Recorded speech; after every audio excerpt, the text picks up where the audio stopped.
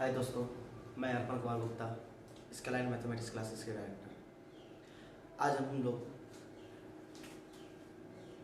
जेक board के 5 model set में से एक मॉडल सेट के बारे में जिक्र करेंगे। बारी बारी से पांचों मॉडल सेट के बारे में जिक्र करेंगे, लेकिन आज हम लोग एक मॉडल सेट के बारे में जिक्र करेंगे जो हमारा जेक के द्वारा दिया गया है। इस मॉडल सेट में यानी कि मैथ्स में टोटल 40 क्वेश्चन है, 40 क्वेश्चन, ठीक है। और 40 क्वेश्चन के लिए दिया गया है 90 मिनट्स, 90 मिनट्स दिया गया है। 90 मिनट्स यानी कि 90 मिनट्स दिया गया है और 90 मिनट्स में हमें इस 40 क्वेश्चन को सॉल्व करना है।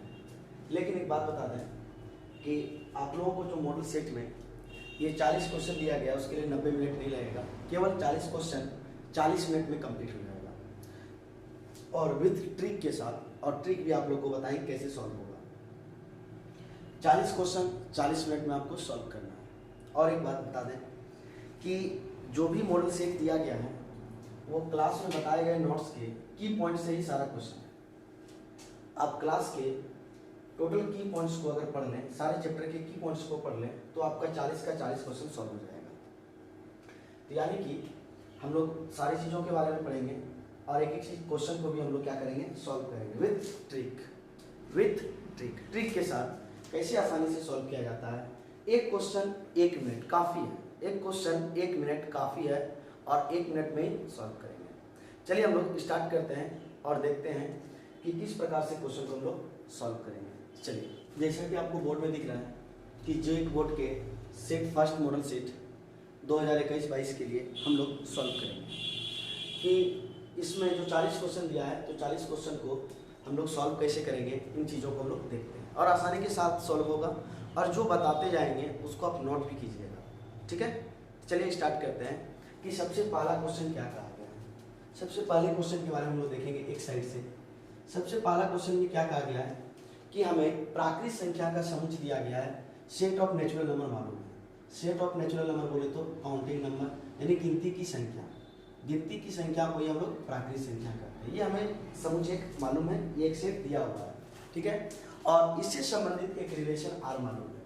इससे संबंधित हमें क्या है, एक रिलेशन आर मालूम है। तो रिलेशन आर के अंदर अगर हम लोग एलिमेंट्स के बारे में बात करें तो वो एलिमेंट्स इसमें होते हैं पेयर में। पेयर बोले तो युग्म में, जोड़ा में होते हैं। उस युग्म के बारे में अगर बात करें तो फर्स्ट मेंबर को अगर एक्स सपोज कर लें और सेकेंड मेंबर को वाई, तो ये फर्स्ट और सेकेंड मेंबर के बीच में कुछ रिलेशन मालूम है, संबंध मालूम है, जिसका हमें पालन करना है। और वो संबंध क्या है, x + 2y = 8। ये रिलेशन क्या है, x + 2y = 8। x क्या है हमारा फर्स्ट मेंबर, प्रथम घटक इस पेयर का, y क्या है हमारा सेकेंड मेंबर यानी कि द्वितीय घटक इस पेयर का, ठीक है। लेकिन याद रहे x और y का जो भी वैल्यू लेंगे हम लोग इस सेट ऑफ नेचुरल नंबर प्राकृतिक संख्या के समुच्चय से ही हम लेंगे। जो भी नंबर लेंगे वो सारे इसी सेट से हम लोग लेंगे, ये हमें कहा गया है, ठीक है। और हमें फाइंड क्या करना है, प्रांत। क्या फाइंड करना है, प्रांत, जिसको हम लोग क्या कहते हैं, डोमेन। जिसको हम लोग क्या कहते हैं, डोमेन। तो डोमेन कैसे निकालेंगे, आराम से निकाल लेंगे, कहीं कोई दिक्कत नहीं होगा। तो सबसे पहले जो हमारा ये सेट बिल्डर फॉर्म में है उसको आप लोग रोस्टर फॉर्म में चेंज कर लीजिए। यानी कि रिलेशन आर के अंदर कौन कौन सा अवयव उपस्थित होगा समुच्चय n को लेकर के, यानी प्राकृतिक संख्या के समुच्चय को लेकर के संबंध r में कौन कौन सा अवयव होगा, उस अवयव को आप लिखेंगे। तो लिखने का आसान उपाय होगा, क्या दिया हुआ है पहले संबंध उसको लिख लें, x + 2y = 8। इस संबंध का पालन करना चाहिए, यानी x का वैल्यू हम क्या पुट करेंगे और y का वैल्यू हम क्या पुट करेंगे और इस रिलेशन को फॉलो करें तो हमें क्या मिलना चाहिए, 8 मिलना चाहिए। क्या मिलना चाहिए, 8 मिलना चाहिए, ठीक है ना। याद रखिएगा x भी जो होगा इसी का अवयव होगा, y भी जो होगा इसी का ही अवयव होगा। तो x और y का वैल्यू हम कुछ भी रख सकते हैं यहाँ पे, लेकिन दोनों को जब हम ऐड करेंगे, जोड़ेंगे, तो हमें मिलना क्या चाहिए, 8 ही मिलना चाहिए, 8 ही मिलना चाहिए, ठीक है। आइए हम लोग देखते हैं। तो हम x का वैल्यू कुछ भी पुट करें, x का वैल्यू 1 2 3 4 5 6 7 8 9 10 कुछ भी पुट कर सकते हैं, y का भी सिमिलर पुट कर सकते हैं। तो इस तरह पुट करके अगर देखते जाए तो काफी समय लग सकता है, लेकिन एक चीज कॉमन सेंस यहाँ पे यूज करते हैं। क्या कॉमन सेंस यूज करते हैं, हमें चाहिए क्या, 8 चाहिए, 8 चाहिए। और 8 क्या है, ये एक सम संख्या है, इवन नंबर है, सम संख्या है, इवन नंबर है, यानी इवन नंबर चाहिए। देखिए यहाँ जोड़ है ना, तो जोड़ के बारे में 8 के बारे में सुनिएगा क्या बोल रहे हैं कि हमें एक इवन नंबर यानी कि सम संख्या कब मिलता है, जब दो सम संख्या को जोड़िएगा या फिर दो विषम संख्या को आप जोड़िएगा। किसको? जब आप दो सम संख्या को जोड़िएगा या फिर दो विषम संख्या को जोड़िएगा तो ही आपको सम संख्या मिलेगा। यानी x का वैल्यू क्या होना चाहिए, अगर सम रख रहे हैं तो y का भी वैल्यू क्या चाहिए, सम चाहिए। अगर x का वैल्यू आप विषम रख रहे हैं तो y का भी वैल्यू क्या चाहिए, विषम चाहिए। ठीक है, लेकिन एक चीज और यहाँ पे हिंट्स दिया हो गया है, उसको जरा ध्यान से समझे। ये है हमारा 2y, तो 2y जो है ना ऑलरेडी एक सम संख्या यानी कि इवन नंबर है। सम संख्या यानी कि क्या है, ये इवन नंबर है। तो सर कैसे इवन नंबर है? आप इस प्राकृत संख्या में कोई भी अवयव को ले लीजिए, आप उसको आप 2 से गुना कर दीजिए। कितना से? 2 से। 2 से ही बोला है ना, तो 2 से आप गुना कर दीजिए। देखिए आपको हमेशा क्या मिलेगा, सम संख्या। 1 लीजिए ना तो 2 × 1 2 मिलेगा, 2 लीजिए ना 2 × 2 4 मिलेगा, 3 लीजिए 2 × 3 6 मिलेगा। यानी कि सारा का सारा क्या रहा है, सम संख्या है। यानी बताइए तो एक बात, ये 2y का वैल्यू आप कुछ भी ले लीजिए, लेकिन ये 2y क्या हो जाएगा, एक सम संख्या हो जाएगा। और जब सम संख्या हो जाएगा तो बताइए दो सम संख्या का जोड़ी ना हमें सम संख्या मिलने वाला है। दो इवन नंबर को ऐड करेंगे तब ना इवन नंबर मिलने वाला है। तो बताइए ऑलरेडी एक सम संख्या इवन नंबर है, तो x को भी क्या लेना पड़ेगा, एक सम संख्या ही लेना पड़ेगा। अगर आप विषम संख्या लेते हैं ना तो कभी भी 8 नहीं मिलेगा, यानी सम संख्या नहीं मिलेगा। सर क्यों? क्योंकि 2y जो है वो 2y जो है वह एक सम संख्या बन जा रहा है। 2y जो है वो क्या बन जा रहा है, सम संख्या बन जा रहा है। 2y क्या बन जा रहा है, सम संख्या बन जा रहा है। तो आइए हम लोग देखते हैं कि कैसे यहाँ पे बात बनेगा। देखिए तो यही हमारा रिलेशन होना चाहिए, x का वैल्यू क्या पुट कीजिएगा और y का वैल्यू क्या पुट कीजिएगा तो हमें 8 मिलना चाहिए। तो x का वैल्यू क्या लेंगे, केवल सम संख्या। तो रीजन क्या है सर, सम संख्या, क्योंकि 2y एक सम संख्या है और दो सम संख्या को जोड़ेंगे ना तभी सम संख्या मिलेगा। आप ट्राई कर सकते हैं, मन में सोच लीजिए। ठीक है, तो चलिए देखते हैं। तो सबसे पहला सम संख्या यहाँ पे क्या आ जाएगा, 2। तो 2 + 2 × क्या पुट करेंगे जो हमें 8 मिल जाएगा। ये 2 है, 2 में क्या जोड़ेंगे जो हमें 8 मिलेगा, 6। तो बताइए 2 के साथ क्या मल्टीप्लाई करेंगे तो 6 मिलेगा, 3। तो 8 करके देख लीजिए 8 मिल रहा है कि नहीं, हाँ बिल्कुल मिल रहा है। तो x का वैल्यू कौन है हमारा, 2, और y का वैल्यू हमारा क्या है, 3। क्या मिलेगा, 2 × 3, यानी कि एक पेयर बन गया आपका 2 और 3 का। बाबू यहाँ ध्यान दीजिएगा, सर आप बोले थे कि सम संख्या है, विषम लिख रहे हैं। बाबू हम बोले थे कि 2y एक सम संख्या है, गुना करके देख लीजिए। y का वैल्यू आप कुछ भी रखिए और 2 से उसको मल्टीप्लाई कीजिए तो सम संख्या मिलेगा। क्या मिलेगा, सम संख्या मिलेगा। इसलिए हमने x का वैल्यू क्या रखा, सम संख्या। अगर आप विषम संख्या रख के देख लीजिए तो आपको 8 नहीं मिलेगा। विषम संख्या रख के देख लीजिए तो आपको 8 मिलने वाला नहीं है। लेकिन याद रहे क्या कि x और y जो भी वैल्यू पुट करेंगे इसी प्राकृत संख्या के समुच्चय से ही पुट करेंगे। चलिए अगले क्वेश्चन, आगे चलते हैं। अगला क्या, अगर हमारा 3 तो होगा नहीं क्योंकि 3 विषम संख्या है, तो 4 + 2 × क्या पुट करेंगे जो 8 मिल जाएगा। तो देख लीजिए 4 के साथ 4 को ऐड करेंगे तो ही 8 मिलेगा। तो 2 × 2 क्या हो जाएगा, 4। देख लीजिए 8 हो गया। तो x का काम कौन कर रहा है, जल्दी बताइएगा, x का काम कौन कर रहा है, 4, और y का काम कौन कर रहा है, 2। अगला क्या पेयर मिल गया, 4 2। चलिए अगला देखते हैं। सिमिलर सर 5 को नहीं पुट करेंगे तो क्या पुट करेंगे, 6।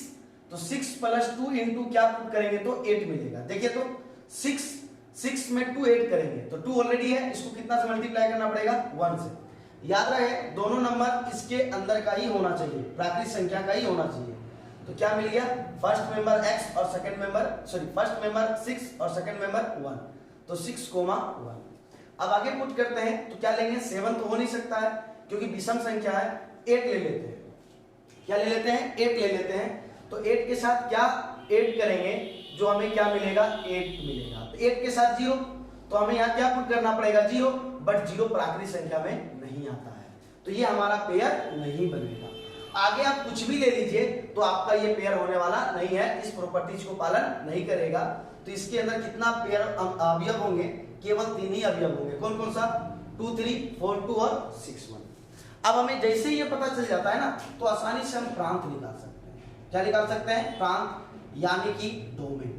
तो डोमेन कैसे निकालेंगे, तो देखिए संबंध R के अंदर जो भी अवयव उपस्थित होंगे, किसके अंदर, संबंध R के अंदर जो भी अवयव उपस्थित होंगे उन सारे अवयवों के प्रथम घटक के समुच्चय, फर्स्ट मेंबर के सेट को, याद रखिएगा रिलेशन में जो भी एलिमेंट्स हैं उसके फर्स्ट मेंबर के सेट को, संबंध R में जो भी अवयव उपस्थित है उसके प्रथम घटक के समुच्चय को ही हम लोग क्या कहते हैं, प्रांत कहते हैं, यानी कि डोमेन कहते हैं।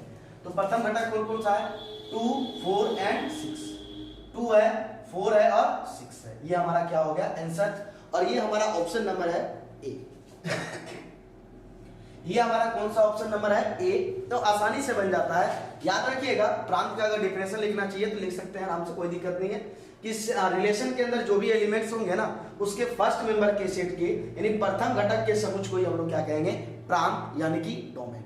अगर एक सेकेंड यहाँ पे क्वेश्चन, आपका तो आंसर निकल गया, यही तक बोला गया था, लेकिन आपको निकालने के लिए कहा दिया जाए परिसर। परिसर बोले तो रेंज, ये क्वेश्चन में नहीं दिया गया निकालने के लिए, बट अगर कहा दिया जाए तो कैसे निकालेंगे, तो आसानी से निकाल लेंगे बाबू। कैसे, संबंध, ये रिलेशन आर दिख रहा है ना, संबंध आर, इसके अंदर अवयव है ना, उसके सेकेंड मेंबर को, द्वितीय घटक के समुच्चय को ही हम लोग क्या कहेंगे, प्रांत, सॉरी परिसर यानी कि रेंज कहेंगे। तो द्वितीय घटक कौन कौन सा है जरा बताइए, 3, 2 और 1। 3, 2 और 1, क्लियर। क्या होगा, 3, 2 और 1।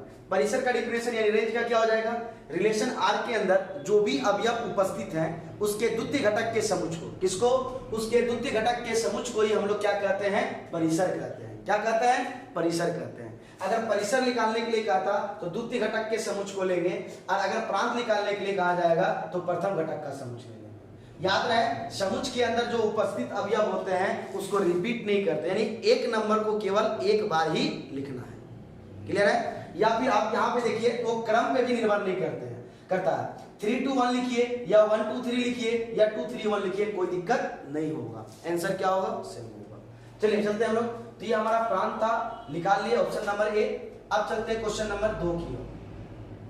क्वेश्चन नंबर 2 में क्या कहा गया है कि हमें एक सेट एल मालूम है, जो set of total lines, all lines के बारे में, यानी कि समस्त रेखाओं का समुच्चय दिया गया है। क्या दिया गया है, समस्त रेखाओं का समुच्चय, सेट ऑफ ऑल लाइंस यानी समस्त रेखाओं का समुच्चय, समस्त रेखाओं का समुच्चय।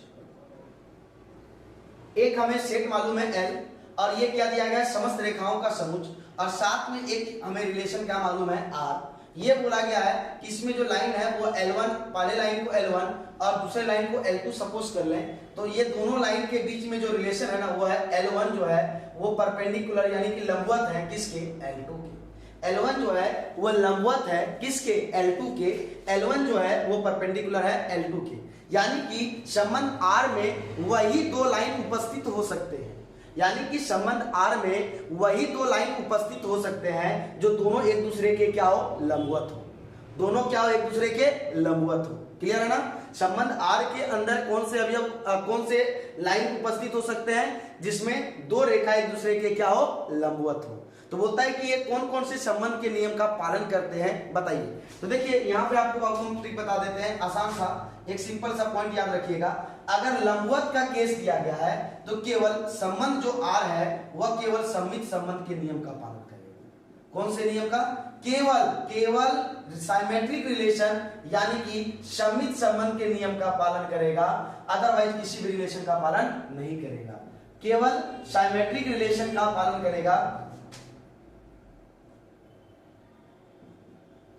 केवल साइमेट्रिक रिलेशन के नियम का पालन करेगा, यानी कि सममित संबंध के नियम का पालन करेगा, अदरवाइज किसी भी संबंध के नियम का पालन नहीं करेगा। याद रखिएगा इसका क्या है, जब दो रेखा एक दूसरे के लंबवत अगर कहा जाए तो केवल सममित संबंध के नियम का पालन करता है, अदरवाइज समतुल्य यानी कि रिफ्लेक्सिव, ट्रांजेक्टिव यानी कि संक्रामक संबंध के नियम का पालन नहीं करता है।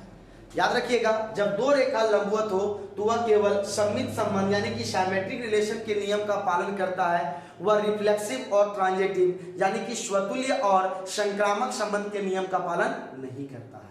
क्लियर। तो यहाँ पे ऐसा कौन सा है, ऑप्शन देख लें, ऑप्शन नंबर बी, इसका क्या हो जाएगा, ऑप्शन नंबर बी। लेकिन यहाँ पे एक क्वेश्चन और बन सकता है जो आपको बता दें, क्योंकि काफी ज्यादा इंपॉर्टेंट होता है ऑब्जेक्टिव के लिए। ये अगर लंबवत का केस है तो केवल सममित संबंध के नियम का पालन करता है, साइमेट्रिक रिलेशन के नियम का पालन करता है। अगर कहता है कि यही हमारा सेट ऑफ ऑल लाइन है, समस्त रेखाओं का समुच्चय है और दो रेखाओं के बीच कुछ इस प्रकार से संबंध है, क्या है, यहाँ लंबवत था ना, अब बोल रहा है कि दो रेखा एक दूसरे के क्या है, समानांतर है, यानी कि पैरेलल है। मुद्दा है क्या कि हमारे पास यही हमारा सेट है, समस्त रेखाओं का समुच्च, सेट ऑफ ऑल लाइंस, ठीक है। बट रिलेशन इस बार हमारा परपेंडिकुलर यानी कि लंबवत का नहीं है, इस बार क्या है, पैरेलल यानी कि समांतर का है। तो जब समांतर का नियम बोला जाए ना, क्या बोला जाए कि संबंध आर के अंदर वही दो रेखा उपस्थित होंगे, वही दो रेखाओं का पेयर उपस्थित होंगे जो दोनों एक दूसरे के क्या है, समानांतर है। क्या है, समानांतर है। तो ये कौन कौन से संबंध के नियम का पालन करेगा, तो ये स्वतुल्य संबंध का भी पालन करेगा, सममित संबंध का भी पालन करेगा, याद रखिएगा, एवं संक्रामक संबंध के भी नियम का पालन करेगा। कौन से संबंध का, स्वतुल्य संबंध का भी, स्वतुल्य संबंध का भी, सममित संबंध का भी और संक्रामक संबंध का भी। आज जिसे हम लोग कहते हैं एक बार में जो तीनों संबंध के नियम का पालन करे उसे ही हम लोग क्या कहते हैं, तुल्यता संबंध, इक्विवेलेंस रिलेशन। ये एक रिलेशन क्या होगा, इक्विवेलेंस रिलेशन होगा। फिर से मेरे बात को सुनिएगा कि अगर दो रेखा लंबवत है तो केवल वो साइमेट्रिक रिलेशन यानी कि सममित संबंध के नियम का पालन करते हैं, अदरवाइज वो रिफ्लेक्सिव और ट्रांजिटिव यानी कि स्वतुल्य और संक्रामक संबंध के नियम का पालन नहीं करते हैं। लेकिन अगर दो रेखा समांतर दे दिया जाए, दो रेखा क्या दे दिया जाए, समानांतर दे दिया जाए, तो वह स्वतुल्य संबंध के भी नियम का पालन करेंगे, सममित संबंध का भी नियम का पालन करेंगे, संक्रामक संबंध के भी नियम का पालन करेंगे। यानी कि जो तीनों संबंध के नियम का पालन करते हैं उसे तुल्यता संबंध कहते हैं। यानी कि अगर दो लाइन पैरेलल है तो वह रिफ्लेक्सिव, साइमेट्रिक और ट्रांजिटिव तीनों रिलेशन को फॉलो करेंगे और जिसे हम लोग इक्विवेलेंस रिलेशन कहते हैं। क्लियर है। यहाँ पर आपको क्वेश्चन में क्या दिया गया है, परपेंडिकुलर यानी कि लंबवत का केस, तो वह केवल सममित संबंध यानी कि साइमेट्रिक रिलेशन होगा, रिफ्लेक्सिव और ट्रांजिटिव यानी कि स्वतुल्य और संक्रामक संबंध के नियम का पालन नहीं करेगा। चलिए अगले क्वेश्चन पर बढ़ते हैं बाबू, समझ में आ रहा होगा पूरी तरह से। चलिए चलते हैं प्रॉब्लम नंबर 3 की ओर। प्रॉब्लम नंबर 3 में क्या कहा गया है, हमें प्रॉब्लम नंबर 3 में कहा गया है कि हमें एक फंक्शन मालूम है fx, एक हमें फंक्शन मालूम है fx जो दिया हुआ है 4x bye 3x plus 4, 4x bye 3x plus 4। हमें एक फंक्शन दिया गया है क्या, 4x बाय 3x प्लस 4। हमें एक फंक्शन दिया गया है क्या, 4x बाय 3x प्लस 4। और इस संबंध का क्या बोला, इस फंक्शन का क्या बोला गया है कि प्रतिलोम यानी कि इनवर्स निकालने के लिए। क्या बोला गया है, प्रतिलोम यानी कि इनवर्स निकालने के लिए। तो कैसे निकालें, बहुत आसान सा उपाय, एकदम छोटा सा ट्रिक, याद रखिए।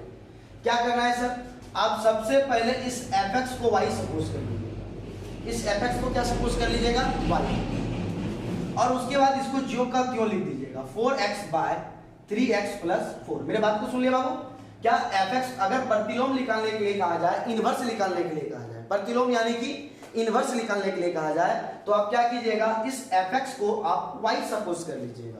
क्या सपोज कीजिएगा, y, और इसको डिट्टो लिख दीजिएगा। लिखने के बाद यहां से आप x का मान निकाल लीजिए। किसका मान, x का मान। आप x का मान निकाल लीजिए। जो x का मान निकलेगा ना, जो भी x का मान निकलेगा वह इस फंक्शन का क्या कहलाएगा, प्रतिलोम कहलाएगा। इस फंक्शन का क्या कहलाएगा, वो प्रतिलोम यानी कि इनवर्स कहलाएगा। क्लियर है। तो चलिए यहां से x का मान निकाल लेते हैं। ये कैलकुलेशन का चीज है, जितना जल्दी कर ले बन जाएगा, 1 मिनट से कम समय लगने वाला है। आज यहाँ पे देखते हैं 3xy plus 4y is equal to 4x। ये हो गया।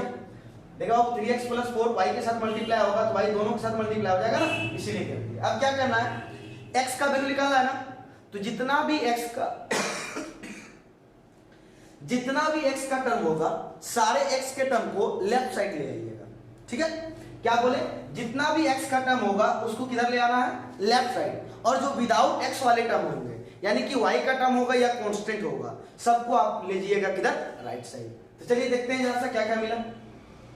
3xy minus 4x is equal to minus 4y हो जाएगा। सारे x वाले टर्म को लेफ्ट साइड ले गए और जो x वाले टर्म से फ्री था उसको राइट साइड ले गए। अब आगे देखते हैं, यहां से x कॉमन ले लीजिए, तो x इज इक्वल टू क्या हो जाएगा, 3y minus 4 is equal to minus 4y। x का मान निकाला है ना, तो x को इस साइड छोड़ दीजिए, बाकी उस साइड ले लीजिए। तो 4y by 3y minus 4 minus 4y by 3y minus 4। अब क्या कीजिए, ये तो माइनस दिख रहा है, क्या दिख रहा है, ये माइनस। इस माइनस को नीचे लाइए और मल्टीप्लाई कर दीजिए। तो आप बताए थे माइनस जो होता है ना, बिल्कुल महिला की तरह काम करता है। जिस घर में जाएगा उस घर को पूरी तरह से चेंज करके रख देगा, सबको परिवर्तित करके रख देगा, अपने बस में चलाने लगेगा। तो सिंगुलर, अब इस माइनस को क्या करते हैं, इस घर में एंट्री दे देते हैं। तो इस घर में भी क्या करेगा, सबको चेंज करके रख देगा कि नहीं। तो चलिए तो चेंज कर देते हैं, तो क्या मिलेगा, x is equal to 4y is equal to, minus ने जैसे एंट्री मारा, महिला ने जैसे ही एंट्री मारा यहाँ पे, तो माइनस वाला क्या बन जाएगा प्लस, और प्लस वाला क्या बन जाएगा माइनस। यही हमारा क्या होगा, प्रतिलोम होगा, कौन, दिए गए फलन का। ये देख लीजिए ऑप्शन हमारा कौन सा है, ऑप्शन है हमारा 4y बाय 4 माइनस 3y, यानी कि ऑप्शन नंबर बी। इसका कौन सा हो जाएगा, ऑप्शन नंबर बी। बाबू एक बार फिर से सुन लीजिएगा, थोड़ा सा सुन लीजिएगा क्या बोल रहे हैं कि अगर किसी भी फंक्शन का प्रतिलोम निकालने के लिए कहा जाए, किसी भी फंक्शन का अगर प्रतिलोम निकालने के लिए कहा जाए तो कैसे निकालेंगे, आप fx को क्या कर लीजिएगा, y सपोज कर लीजिएगा, और y सपोज करने के बाद x का मान निकाल लीजिएगा। जो भी x का मान होगा ना, जो भी x का मान निकलेगा वो दिए गए फलन का क्या हो जाएगा, प्रतिलोम। चलिए आगे चलते अगले क्वेश्चन की ओर। अगला क्वेश्चन कुछ इस प्रकार से दिया गया है, क्वेश्चन नंबर 4। देखिए बहुत अच्छा क्वेश्चन है, बोलता है क्या, दो फलन है f एक फलन है और एक फलन क्या है, बोलता है दोनों का दोनों बाइजेक्टिव फंक्शन है, f और g दोनों का दोनों क्या है, बाइजेक्टिव फंक्शन है। तो बाइजेक्टिव किसको कहते हैं, जो एकैकी एवं अच्छादी दोनों नियम के पालन करता है। क्या कहता है जल्दी बता दो, जो फलन एकैकी एवं अच्छादी दोनों फलन के नियम का पालन करता है उसे ही हम लोग एकैकी अच्छादी फलन कहते हैं। क्या कहते हैं उसे, एकैकी अच्छादी फलन, 1 1 on 2 बाइजेक्टिव फंक्शन कहते हैं। 1 1 on 2 फंक्शन यानी कि बाइजेक्टिव फंक्शन कहते हैं, ठीक है। बोलता है f और g दोनों जो है वो बाइजेक्टिव फंक्शन है, एकैकी एवं अच्छादी फलन के नियम का पालन कर रहा है। तो हमसे पूछा गया है यहाँ पे कि g ऑफ f जो होगा वो कौन सा फलन होगा, कौन सा, g ऑफ f। तो याद रखिएगा, आपसे g ऑफ f पूछे या फिर f ऑफ g पूछे, क्या पूछे, g ऑफ f पूछे या f ऑफ g पूछे, जो भी पूछना है पूछने देना, ठीक है। अगर f और g बाइजेक्टिव फंक्शन है, एकैकी एवं अच्छादी फलन के नियम का पालन कर रहा है, तो आप f ऑफ g निकालिए या g ऑफ f निकालिए, ये भी हमारा बाइजेक्टिव फंक्शन होगा, यानी कि एकैकी एवं अच्छादी दोनों फलन के नियम का पालन करेगा। एकैकी एवं अच्छादी दोनों नियम का पालन करेगा। अगर f और g दोनों बाइजेक्टिव फंक्शन है, एकैकी एवं अच्छादी फलन के नियम का पालन करता है, तो आप f ऑफ g निकालिए या g ऑफ f निकालिए, दोनों हमारा क्या करेगा, बाइजेक्टिव फंक्शन के नियम का पालन करेगा। तो ऐसा ऑप्शन हमारा कौन सा, जरा देख लीजिए, 1 1 and on 2 फंक्शन, यानी कि इसका हो जाएगा option number C. Question number 4 का क्या हो जाएगा, ऑप्शन नंबर सी। चलिए चलते हैं आगे, समझ में आ रहा होगा सारा चीज। और जो भी पॉइंट्स अगर आपको लगता है नोट करना है तो हम बोलते जा रहे हैं, कई बार रिपीट कर रहे हैं, आप उसको नोट कर लीजिएगा। चलिए चलते हैं अगले क्वेश्चन की ओर। क्वेश्चन नंबर चलते हैं हम लोग 5। क्वेश्चन नंबर 5 काफी इजी सब सारा क्वेश्चन है, आपको चेक कुछ नहीं करना, सिर्फ मेरे बातों को ध्यान से सुनिएगा। तो क्या गया है, क्वेश्चन नंबर 5 में एक फंक्शन दिया गया है fx is equal to 3 minus 4x, और ये जो हमारा फंक्शन है वो real number two real number, यानी कि वास्तविक संख्या से वास्तविक संख्या है। तो बताना है कि ये कौन सा फंक्शन है, ये हमें बताना है कि ये कौन सा फंक्शन है, 1 1 है या ऑन 2 है, यानी कि 1 1 है या ऑन 2 है, या दोनों में से कोई नहीं है, या दोनों में से कोई एक है, ये हमें बताना है। तो बाबू आ जाओ, देखो लॉजिक बताते हैं, यहाँ पे ट्रिक बताते हैं, ध्यान से सुनिएगा। इस ट्रिक को कभी भूलिएगा नहीं, कहीं सॉल्व करने की आवश्यकता नहीं है, आसानी से प्रॉब्लम सॉल्व हो जाएगा, ठीक है। देखिए कहता है क्या, अगर हमारा function real number two real number है, बात को सुनिएगा, कहता क्या है कि अगर हमारा function real number two real number है और x पे जो पावर है ना वो ऑड नंबर है, ऑड नंबर यानी कि विषम संख्या, ऑड नंबर बोले तो विषम संख्या, तो वो क्या करता है, वह एकैकी फलन यानी कि 1 1 फंक्शन, एकैकी एवं अच्छादी यानी कि ऑन 2 फंक्शन। सुनिएगा, जब x पे पावर ऑड नंबर यानी कि विषम संख्या, जैसे 1 3 5 7 9 11 13 15 ये रहेगा, x पे पावर अगर ऑड नंबर रहेगा और फंक्शन हमारा अगर real number two real number है, फंक्शन क्या है हमारा, real number two real number है, तो वह एकैकी एवं अच्छादी दोनों फलन के नियम का पालन करेगा। एकैकी एवं अच्छादी दोनों फलन के नियम का पालन करेगा, यानी कि 1 1 एंड ऑन 2 दोनों होगा, यानी कि बाइजेक्टिव फंक्शन होगा।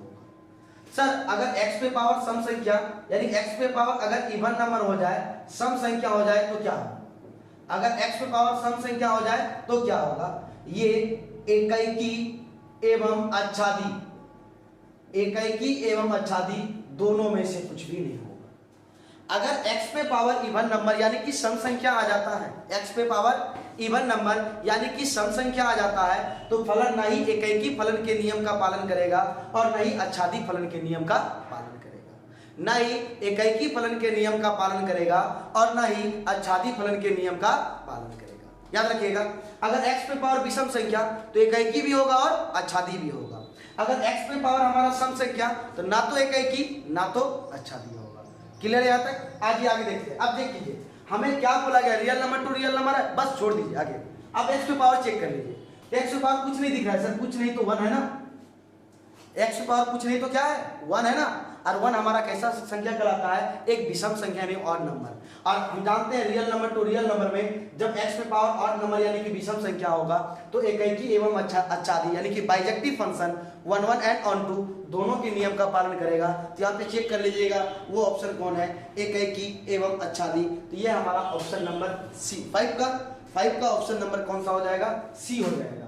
5 का ऑप्शन नंबर कौन सा हो जाएगा, सी हो जाएगा, जो एकैकी एवं आच्छादी दोनों फलन के नियम का पालन करेगा। आराम से याद रखिएगा, आपका यहाँ पे नोट पॉइंट बन रहा है। अगर इसको नोट पॉइंट को आप नोट करना चाहते हैं, एग्जाम में फटाफट बनाना चाहते हैं तो आराम से बनाइएगा, क्योंकि कोई जरूरी नहीं है कि सेम फंक्शन ही दे सकता है। ठीक है, real number two real number ही आएगा, आपके बोर्ड में जो भी आएगा ना वो real number two real number ही आएगा। ठीक है, या तो x पे पावर सम संख्या होगा या तो x पे पावर विषम संख्या होगा, बस इतना सही रहेगा, इससे ज्यादा कुछ रहने वाला नहीं है। चलिए अगले क्वेश्चन की ओर देखते हैं और समझते हैं कि अगला क्वेश्चन कौन सा क्या बोला गया। क्वेश्चन नंबर 6 में क्या बोला गया है, ये ध्यान दीजिएगा। क्वेश्चन नंबर 6 में कहा गया है कि हमारे पास एक फंक्शन है fx और वह फंक्शन fx जो है x - 1 बाय x + 1 है।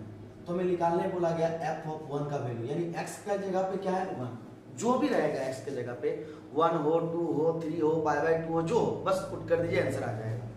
क्या मिलेगा, 1 - 1 बाय 1 + 1 = 0 बाय 2 = क्या मिल जाएगा 0। तो ये हमारा ऑप्शन नंबर कितना हो जाएगा 6 का सी। ऑप्शन नंबर 6 का क्या हो जाएगा, सी हो जाएगा। चलिए अगले क्वेश्चन नंबर 7 की ओर देखते हैं। तो इस क्वेश्चन नंबर 7 में क्या दिया हुआ है, sin इनवर्स x = y। तो y के बारे में बताना है, तो y हमारा क्या हो जाएगा, यहाँ पे रेंज हो जाएगा। y हमारा क्या हो जाएगा, यहाँ पे रेंज हो जाएगा, और रेंज हमारा क्या हो जाएगा, y का वैल्यू -π/2 से बड़ा और बराबर है y, बट छोटा और बराबर है किससे, π/2 से। ये हमारा हो जाएगा सही ऑप्शन। ठीक है, किसका, साइन इनवर्स का। अगर कॉस इनवर्स का पूछता तो कॉस इनवर्स का क्या हो जाता, 0 to π, 0 से बड़ा और बराबर है y, लेकिन पाई से छोटा और बराबर है y। क्लियर है, यहाँ तक हो जाएगा। अगर हमसे पूछता किसके बारे में, कॉट इनवर्स के बारे में, तो क्या होता, 0 से बड़ा y और पाई से छोटा है y, वहाँ = का बात नहीं होता। इस तरह जो भी रेंज होगा, रेंज याद कर लें, रेंज से रिलेटेड एक क्वेश्चन आ सकता है। ठीक है, सबका रेंज याद कर लीजिए, रेंज से रिलेटेड एक क्वेश्चन आ सकता है। Sine inverse, cos inverse, tan inverse, cosec inverse, sec inverse और कॉट इनवर्स, ये 6 हमारा है इनवर्स ट्रिग्नोमेट्री, 6 का रेंज याद कर लीजिएगा। चलिए अगले क्वेश्चन की ओर बढ़ते हैं। अगला क्वेश्चन क्या है, क्वेश्चन नंबर 8 में प्रिंसिपल वैल्यू मुख्य मान निकालने के लिए कहा गया है किसका, tan इनवर्स -1 का। किसका, tan इनवर्स -1 का। देखिए डायरेक्ट आंसर निकालेंगे तो tan इनवर्स के साथ क्या है, माइनस ना, माइनस को बाहर कर दीजिए। tan इनवर्स के साथ क्या है, माइनस, तो माइनस को बाहर कर दीजिए और पता लगा लीजिए कि tan के कौन से एंगल का वैल्यू जो होता है वो 1 होता है। तो आएगा आपका π/4 यानी 45 डिग्री। 45 डिग्री को रेडियन में क्या लिखते हैं हम लोग, π/4। ये हमारा हो जाएगा ऑप्शन नंबर कितना, -π/4, ऑप्शन नंबर बी। और इसका क्या हो जाएगा 7 का option number C. Tan inverse minus में हो, साइन इनवर्स माइनस में हो और कोसेक इनवर्स माइनस में हो। मेरे बात को ध्यान से सुनिएगा बाबू साहब, ध्यान से सुनिएगा। टेन इनवर्स माइनस में हो, कोसेक इनवर्स माइनस में हो और साइन इनवर्स माइनस में हो, तो माइनस को बाहर कर देना है और जो एंगल का वैल्यू होता है उसको लिख देना, आंसर आ जाएगा। लेकिन अगर कॉस इनवर्स, सेक इनवर्स और कॉट इनवर्स माइनस में हो, कॉस इनवर्स, सेक इनवर्स और कॉट इनवर्स माइनस में हो, तो पाई माइनस करना है। क्या करना है, पाई माइनस। जैसे देखते हैं एक एग्जांपल कॉस इनवर्स का देख लेते हैं। कॉस इनवर्स -1/2, इस माइनस को हटाना है, इस माइनस को हटाने के लिए क्या लिख देंगे, पाई माइनस। क्या लिख देंगे, पाई माइनस। अब पता लगा लीजिए कि कौन से एंगल का वैल्यू 1/2 होता है, कॉस के कौन से एंगल का वैल्यू 1/2 होता है, तो पता चलेगा 60 डिग्री का। और 60 डिग्री को रेडियन में क्या लिखते हैं, π/3। अब इसको सेपरेट कर दीजिए तो क्या आ जाएगा आंसर, 2π/3 ये हो जाएगा। ये पाई माइनस वाला ये जो रूल किसमें किसमें लगाना है, जब सेक इनवर्स माइनस में रहेगा और कॉट इनवर्स माइनस में रहेगा, ये तीनों में क्या करना है, पाई माइनस ही करना है। माइनस को हटाने के लिए क्या करना है, पाई माइनस। लेकिन अगर टेन इनवर्स के साथ ये वाला प्रॉपर्टीज किस में जाएगा, साइन इनवर्स जब माइनस में रहेगा और कोसेक इनवर्स जब माइनस में रहेगा। जब ये तीनों माइनस में हो तो माइनस को बाहर कर देना, माइनस को क्या कर देना है, बाहर कर देना है। और टेन के जिस एंगल का वैल्यू होगा उसको लिख देना है, साइन का जो एंगल होगा उसको लिख देना है, कोसेक का जो एंगल होगा उसको लिख देना है, सेम टाइप से। और अगर कॉस इनवर्स, सेक इनवर्स और कॉट इनवर्स माइनस में होगा तो पाई माइनस सब में करना है। क्या करना है, पाई माइनस करना है और कॉस के जिस एंगल का वैल्यू जो रहेगा उसको लिख देना है, सेक का भी जो एंगल होगा उसको लिख देना है और कॉट का भी जो एंगल होगा उसको हमें लिख देना है। ठीक है, यहाँ तक कोई दिक्कत नहीं। इसका ऑप्शन नंबर कौन सा हो जाएगा, बी। चलिए अगले क्वेश्चन, ये सब तो हमें निकालने के लिए नहीं, केवल साइन इनवर्स का वैल्यू निकालने के लिए कहा गया था, टेन इनवर्स का निकालने के लिए कहा गया था, हमने निकाल लिया। अब चलते हैं क्वेश्चन नंबर किसकी ओर, क्वेश्चन नंबर 9 की ओर। क्वेश्चन नंबर 9 में क्या कहा गया है, जरा क्वेश्चन नंबर 9 में देख लेते हैं। लिखा हुआ है cos inverse cos 13 pi by 6, cos inverse cos 13 pi by 6, इसका वैल्यू निकालना है। कैसे निकालेंगे सबसे पहले 13 पाई बाई 6 को ना डिग्री में चेंज कर लीजिए आसानी से बनाने के लिए। देखिए आसानी से इसका आंसर लिखेंगे, इसको डिग्री में चेंज कर लीजिए। तो पाई बाई 6 का मतलब होता है 30 डिग्री और 30 को 13 से मल्टीप्लाई करिएगा तो 13 तिया 39, 390 डिग्री। इसको 90 से भाग देना है। किससे भाग देना है, 90 से। याद रखिएगा हमेशा किससे भाग देना है, 90 से। अब इसको 90 से डिवाइड तो करेंगे लेकिन क्या, केवल इवन टाइम्स, यानी कि सम संख्या को लेकर के। किसको लेकर के, सम संख्या को लेकर के। विषम को नहीं लेना है, केवल किसको लेना है, सम को। या तो 2 लीजिए, या तो 4 लीजिए, या तो 6 लीजिए, या तो 8 लीजिए, या तो 10 लीजिए, या तो 12, कुछ भी लीजिए, लेकिन क्या लीजिए, इवन नंबर ही होना चाहिए, केवल सम संख्या से ही डिवाइड करेंगे। आगे देखते हैं तो क्या हो जाएगा, 4 बार में 360। हमारे पास रिमाइंडर शेषफल कितना बच रहा है, प्लस 30 डिग्री। अब सुनिए यहाँ पे, ध्यान से। अब ये क्या बताएगा, अगर प्लस 30 है, अगर हमारे पास शेषफल प्लस 30 बच रहा है तो आगे बढ़ना है, माइनस 30 बच रहा है तो पीछे बढ़ना है। ठीक है ना, माइनस 30 तो पीछे और प्लस 30 तो आगे बढ़ जाना है। ठीक है, ये याद रखिएगा। उसके बाद याद रखिएगा आपका जो आंसर होने वाला है ना, यही होने वाला है। अगर आपके पास शेषफल में माइनस बचा रहता तो कभी माइनस को ध्यान नहीं दीजिएगा। ध्यान किसको नहीं दीजिएगा, माइनस को। क्यों, क्योंकि ये माइनस और प्लस केवल आगे जाने के लिए और पीछे जाने के लिए बताएगा। आपका जो आंसर होगा यही 30 होने वाला है। जो भी होगा वो क्या होगा, केवल 30 होगा। ठीक है, आज ये तो हम लोग देखते हैं कि सबसे पहले ये कौन से चतुर्थांश में पहुंचता है। तो देखते हैं 90 कितना बार घुमा गया, 4 बार। तो 1 2 3 4 बार हो गया। अब प्लस 30 डिग्री, तो प्लस का मतलब क्या बोले थे, आगे बढ़ जाना है। तो ये कौन सा क्वाड्रेंट, कौन सा चतुर्थांश है, तो आपको याद होगा ये हमारा फर्स्ट क्वाड्रेंट है और फर्स्ट क्वाड्रेंट में ऑल पॉजिटिव। तो क्या हो जाएगा, कॉस भी पॉजिटिव होगा। अब कॉस पॉजिटिव क्वाड्रेंट में पहुंच गया तो हमारा यही आंसर होने वाला है, कौन सा, 30 डिग्री। और 30 डिग्री को रेडियन में क्या लिखते हैं, पाई बाई 6।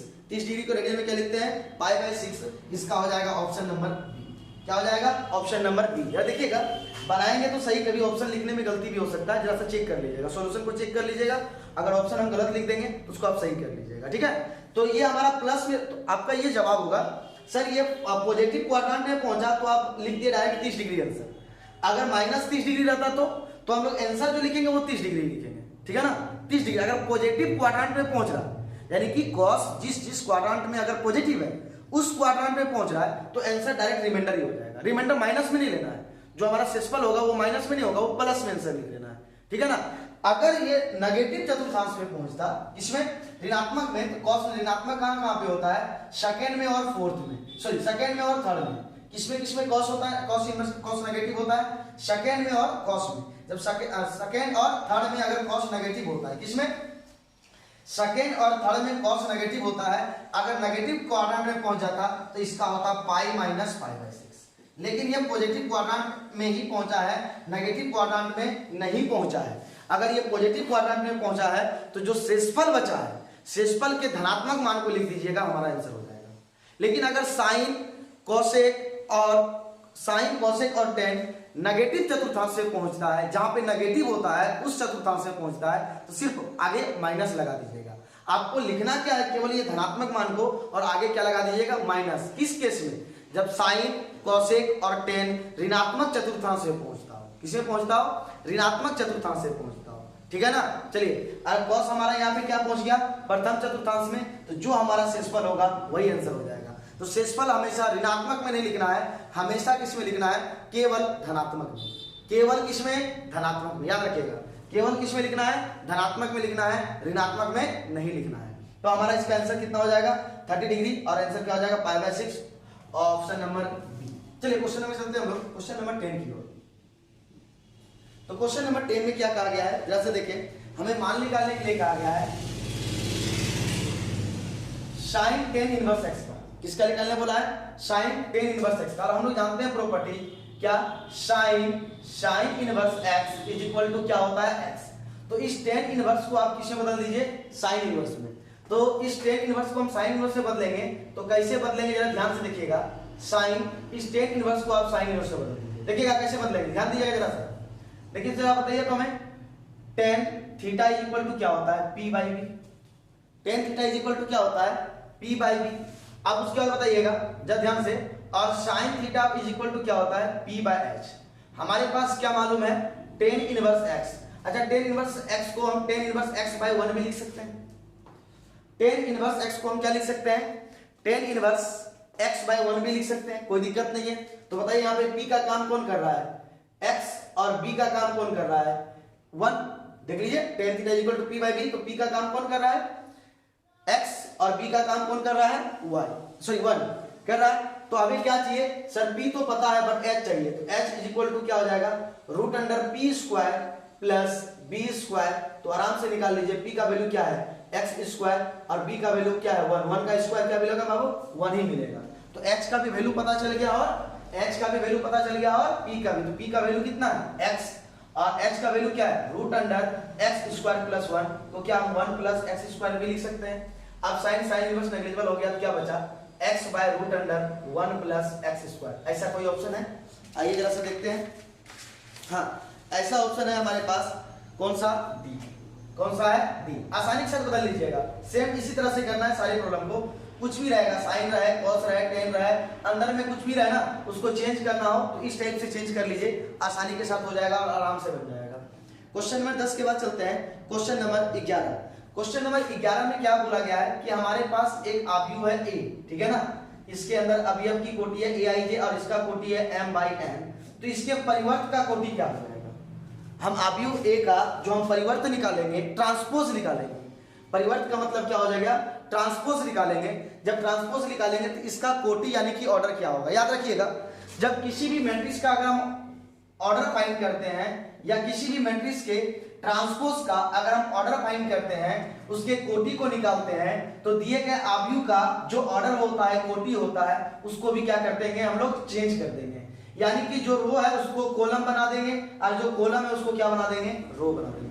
ठीक है, इसके ऑर्डर को आप चेंज कर दीजिए, वही दिए गए आव्यूह के ट्रांसपोज का क्या हो जाएगा, ऑर्डर हो जाएगा। दिए गए आव्यूह के परिवर्त का क्या हो जाएगा, वो कोटि हो जाएगा। कोई दिक्कत। इसका ऑर्डर कितना हो जाएगा, अगर दिए गए मैट्रिक्स का m/n ऑर्डर था, तो ट्रांसपोज का क्या हो जाएगा n/m। सिर्फ पलट देना है, सिर्फ क्या करना है, पलट देना है ऑर्डर फाइंड करने के लिए। इसका कोई ऑप्शन है, हाँ बिल्कुल है। ऑप्शन नंबर कौन सा, इसका ऑप्शन नंबर हो जाएगा सी। क्वेश्चन नंबर 12 चलते हैं। क्वेश्चन नंबर 12 में क्या बोला गया है कि हमारे पास दो मैट्रिक्स है, वो इक्वल है। तो दो मैट्रिक्स इक्वल है, 2x + y 4x, उसके बाद फिर क्या है 5x - 7 और इधर क्या है 4x। और ये एक अनदर मैट्रिक्स के इक्वल है। कौन से मैट्रिक्स के इक्वल है जरा बता दीजिए, 7y - 3 और yx + 6। ये दो मैट्रिक्स में से हमें क्या करना है, x और y का वैल्यू फाइंड करना है। ये दोनों मैट्रिक्स क्या है, अभी हमारा इक्वल है। दोनों मैट्रिक्स क्या है, इक्वल है। अब दो मैट्रिक्स इक्वल कब होगा, जब उसका कॉरस्पॉन्डिंग एलिमेंट्स क्या हो, इक्वल। सर कौन सा, संगत अवयव। 2x + y किसके इक्वल होगा, 7 के इक्वल होगा। 4x किसके इक्वल होगा, 7y - 3 के इक्वल होगा। 5x - 7 किसके इक्वल होगा, y के इक्वल होगा। और 4x किसके इक्वल होगा, x + c के इक्वल होगा। संगत अवयव को सिर्फ क्या करना है, कॉरस्पॉन्डिंग एलिमेंट्स को क्या करना है, इक्वल कर देना है, आपका आंसर आ जाएगा। अब यहाँ से x और y का वैल्यू निकालना है, तो x और y का वैल्यू वहां से निकालिए जहां आसानी से निकल जाए। ठीक है, तो देखिए यहाँ से x का वैल्यू आसानी से निकल रहा है। क्या मिल रहा है, 4x - x = 6, 4x - x 3x = 6, 3 2 कम 6, तो x का वैल्यू क्या निकल गया 2। x का वैल्यू क्या निकल गया 2। अब जैसे ही x का वैल्यू 2 निकल गया तो कहीं पे भी पुट कर दिया आपका y का वैल्यू निकल जाएगा। तो चलिए यहीं पे पुट कर देते हैं। तो 2 into x का वैल्यू क्या निकला हमारा 2 plus y is equal to 7, y is equal to 7, तो y इज इक्वल टू क्या हो जाएगा 7 माइनस 4, यानी कि therefore y is equal to क्या मिल जाएगा 3। y इज इक्वल टू क्या मिल जाएगा 3, यानी कि x का वैल्यू 2 और y का वैल्यू 3, x का वैल्यू 2 और y का वैल्यू 3 किस में है ऑप्शन नंबर बी में। ऑप्शन नंबर किस में है बी में है। चलिए अगले क्वेश्चन की ओर बढ़ते हैं। क्वेश्चन नंबर हमारा कितना हो जाएगा 12। देखिएगा ऑप्शन तो सबका बता देंगे बट आराम से समझना है और इसको प्रैक्टिस भी करना है और बनाना भी है खुद से। चलिए इससे रिलेटेड कुछ भी क्वेश्चन दे देगा तो हम उसको समझाते रहें बारी बारी से। नेक्स्ट क्वेश्चन दिया गया है क्वेश्चन नंबर क्वेश्चन नंबर 12 का एक मैट्रिक्स है। ये मैट्रिक्स है हमारा कितना बोलता है क्या 0 1 1 0 0 1 1 0 ये मैट्रिक्स है। तो हमें a स्क्वायर फाइंड करना है। तो a स्क्वायर मींस क्या हो गया a और a इंटू ए। अब देखिए दो मैट्रिक्स का मल्टीप्लीकेशन कभी कभी स्टूडेंट का माथा घुमा देता है बट नहीं, देखिए हम आसानी से बनाते हैं। ठीक है, आसानी से कैसे दो मैट्रिक्स का मल्टीप्लीकेशन हम लोग करेंगे जरा से एक सेकंड देखिएगा, बहुत ही आसानी से सॉल्व हो जाएगा। क्या करना है देखिए, ये पहला मैट्रिक्स क्या है, पहला मैट्रिक्स ए है। पहला मैट्रिक्स को हम फोकस करने बोल रहे हैं, ठीक है ना, ध्यान से सुनिएगा। फर्स्ट मैट्रिक्स हमारा क्या है ए है, तो फर्स्ट मैट्रिक्स जब ए है ए को नोटिस कीजिए। तो ए के क्या होगा, ए मैट्रिक्स को जब देखिएगा उसके रो को देखिए, कितना रो है 2 रो है। देखिएगा ध्यान से, पूरा रो देखिएगा, पूरा रो कितना रो है 2 रो। तो आप यहाँ पे 2 रो बना दीजिए। अगर एक अवयव है तो एक अवयव लिखिएगा, 2 अवयव है तो 2 अवयव लिखिएगा, 3 अवयव है तो 3 अवयव लिखिएगा। रो में जितना अवयव है सबको लिखना है, ठीक है ना। तो 2 रो बना दीजिए। क्या है 0 1, तो 0 1, अगला रो बनाइए 1 0, 2 रो बन गया। अब क्या कीजिएगा, अब अगला मैट्रिक्स देखिए। अगला मैट्रिक्स भी हमारा क्या है, फिर से ए ही है, तो घबराना नहीं है। अगला मैट्रिक्स ए ही है ना, तो फिर से आप ए को ही देखिए। फिर से किसको देखिए, ए को ही देखिए। जरा ध्यान से सुनिएगा, हम दो मैट्रिक्स का मल्टीप्लिकेशन सिखा रहे हैं। फिर से किसको देखिए, आप ए को ही देखिए। और ए को देखिए तो इस बार ए को देखिएगा ना, फर्स्ट मैट्रिक्स में रो को देखे थे ना, इस मैट्रिक्स में कॉलम को देखिएगा। किसको देखिएगा, अगले वाले मैट्रिक्स के कॉलम को देखिएगा। आप इसके कॉलम को देखिए, तो कितना कॉलम है 2 कॉलम है। तो दोनों कॉलम में जितना अवयव है सबको लिखना है, लेकिन लिखना किस में है, रो में ही लिखना है। लिखना किस में है, रो में, ठीक है। तो आइए, तो पहला कॉलम में कौन है 0 1 और दूसरा कॉलम में कौन है 1 0। आपका आराम से बन जाएगा। याद रखिएगा, पहला मैट्रिक्स में जितना रो होगा उतना रो बना देना है। जितना रो दिया होगा, 2 रो दिया है ना, 2 रो हम लिख दिए। 2 अवयव दिया था 2 अवयव लिखे। अगर 3 अवयव दिया रहता तो 3 लिखते, 4 रहता तो 4 लिखते। जितना रहेगा उतना लिखेंगे, ठीक है। और सेकंड मैट्रिक्स में क्या करना है, कॉलम को देखना है। किस में देखना है, कॉलम को देखना है, लेकिन लिखना किस में है, रो में। देखना कॉलम को है लेकिन लिखना किस में है, रो में लिखना है। तो आओ जरा से देखते हैं क्या हो जाएगा। 0 × 0 0 प्लस, देखिए गुना करना है, 0 को 0 के साथ, 1 को 1 के साथ, तो 1 एक ये कंप्लीट हो गया, इसका इसके साथ। अब इसके साथ आइए 0 प्लस 0 हो गया, 0 1 का दोनों के साथ गुना हो गया। देखिए आसानी से निकल रहा है। अगला देखिएगा क्या मिलेगा, 1 × 0 0 0 × 1 0 हो गया। अगला 1 × 1 1 प्लस 0 × 0 0, तो क्या मिल जाएगा आप जल्दी बताइए, 1 0 0 1। ऐसा कोई ऑप्शन है 1 0 0 1, हाँ बिल्कुल, ऑप्शन नंबर 1 0 0 1, ऑप्शन नंबर कौन सा हो जाएगा, डी। आराम से यार एक बार फिर से बता दें कि क्या करना है। जब दो मैट्रिक्स को मल्टीप्लाई कीजिएगा ना, गुना कीजिएगा ना, तो पहले मैट्रिक्स का रो को देखिएगा कि उसके अंदर कितना रो है। जितना रो रहेगा उतना रो बना देना है आपको, ठीक है। क्या करना है, यहाँ पे रो को बना देना है। और दूसरे मैट्रिक्स को देखना है, और दूसरे मैट्रिक्स का कॉलम को देखना है। जितना कॉलम रहेगा क्या करना है, उस कॉलम को रो में बदल के 1 लिख देना है।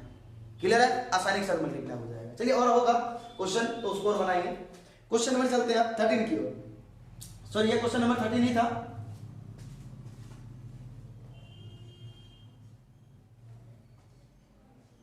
ये क्वेश्चन नंबर हमारा 13 नहीं था, 12 नहीं था, ये क्वेश्चन नंबर 13 था।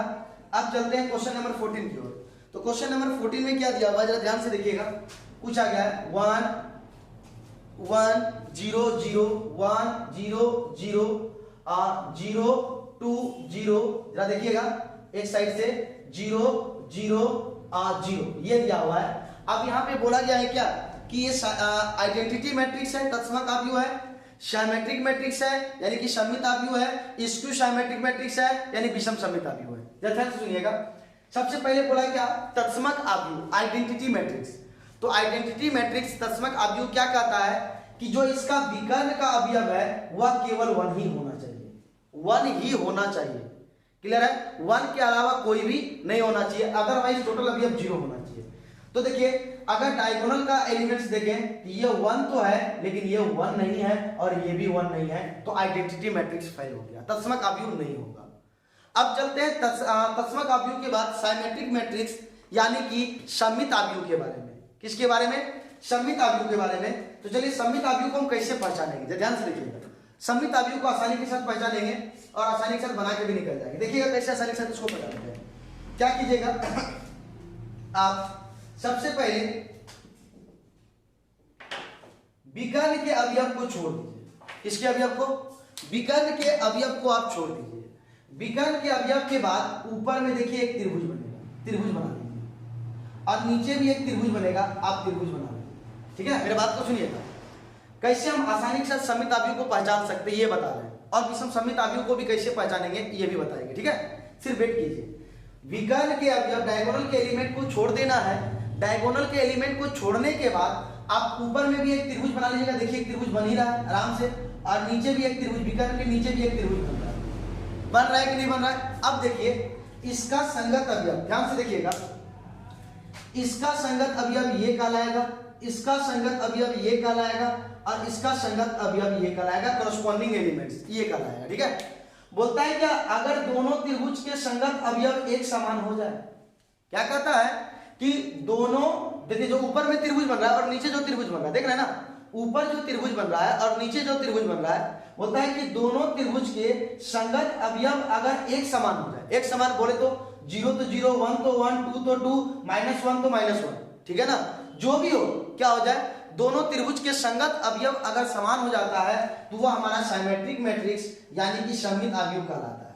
साइमेट्रिक मैट्रिक्स यानी कि सममित आव्यूह कहलाता है। क्या कहलाता है, साइमेट्रिक मैट्रिक्स यानी कि ये सममित आव्यूह कहलाता है। सममित आव्यूह कब कहलाएगा बाबू, एक बार सुनो।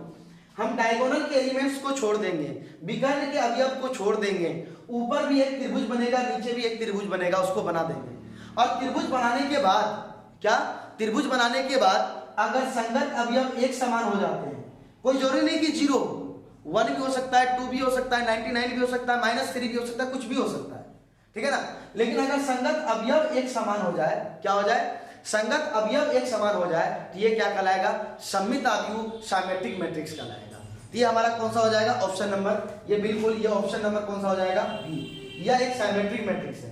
तो सर ये स्क्यू साइमेट्रिक मैट्रिक्स विषम सममित आव्यूह क्यों नहीं है, तो चलिए हम जरा सा विषम सममित आव्यूह के बारे में थोड़ा सा डिस्कस कर देते हैं। स्क्यू साइमेट्रिक मैट्रिक्स यानी कि विषम सममित आव्यूह के बारे में थोड़ा सा ध्यान दीजिएगा।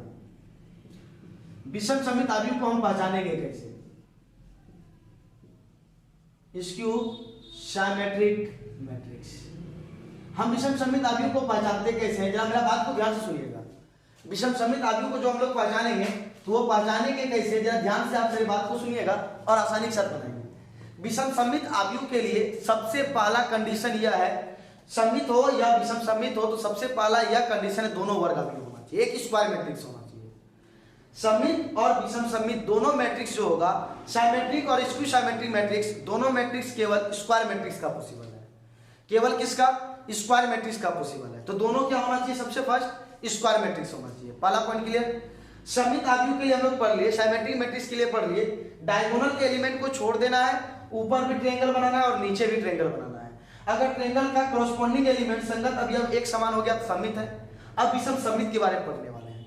तो विषम सममित का सबसे फर्स्ट प्रॉपर्टीज क्या कहता है, ये तो स्क्वायर मैट्रिक्स होगा ही, वर्ग आव्यूह होगा ही। इसके बाद कहता है कि इसके डायगोनल का टोटल एलिमेंट्स 0 होना चाहिए, विकर्ण का सारा अवयव 0 होना चाहिए।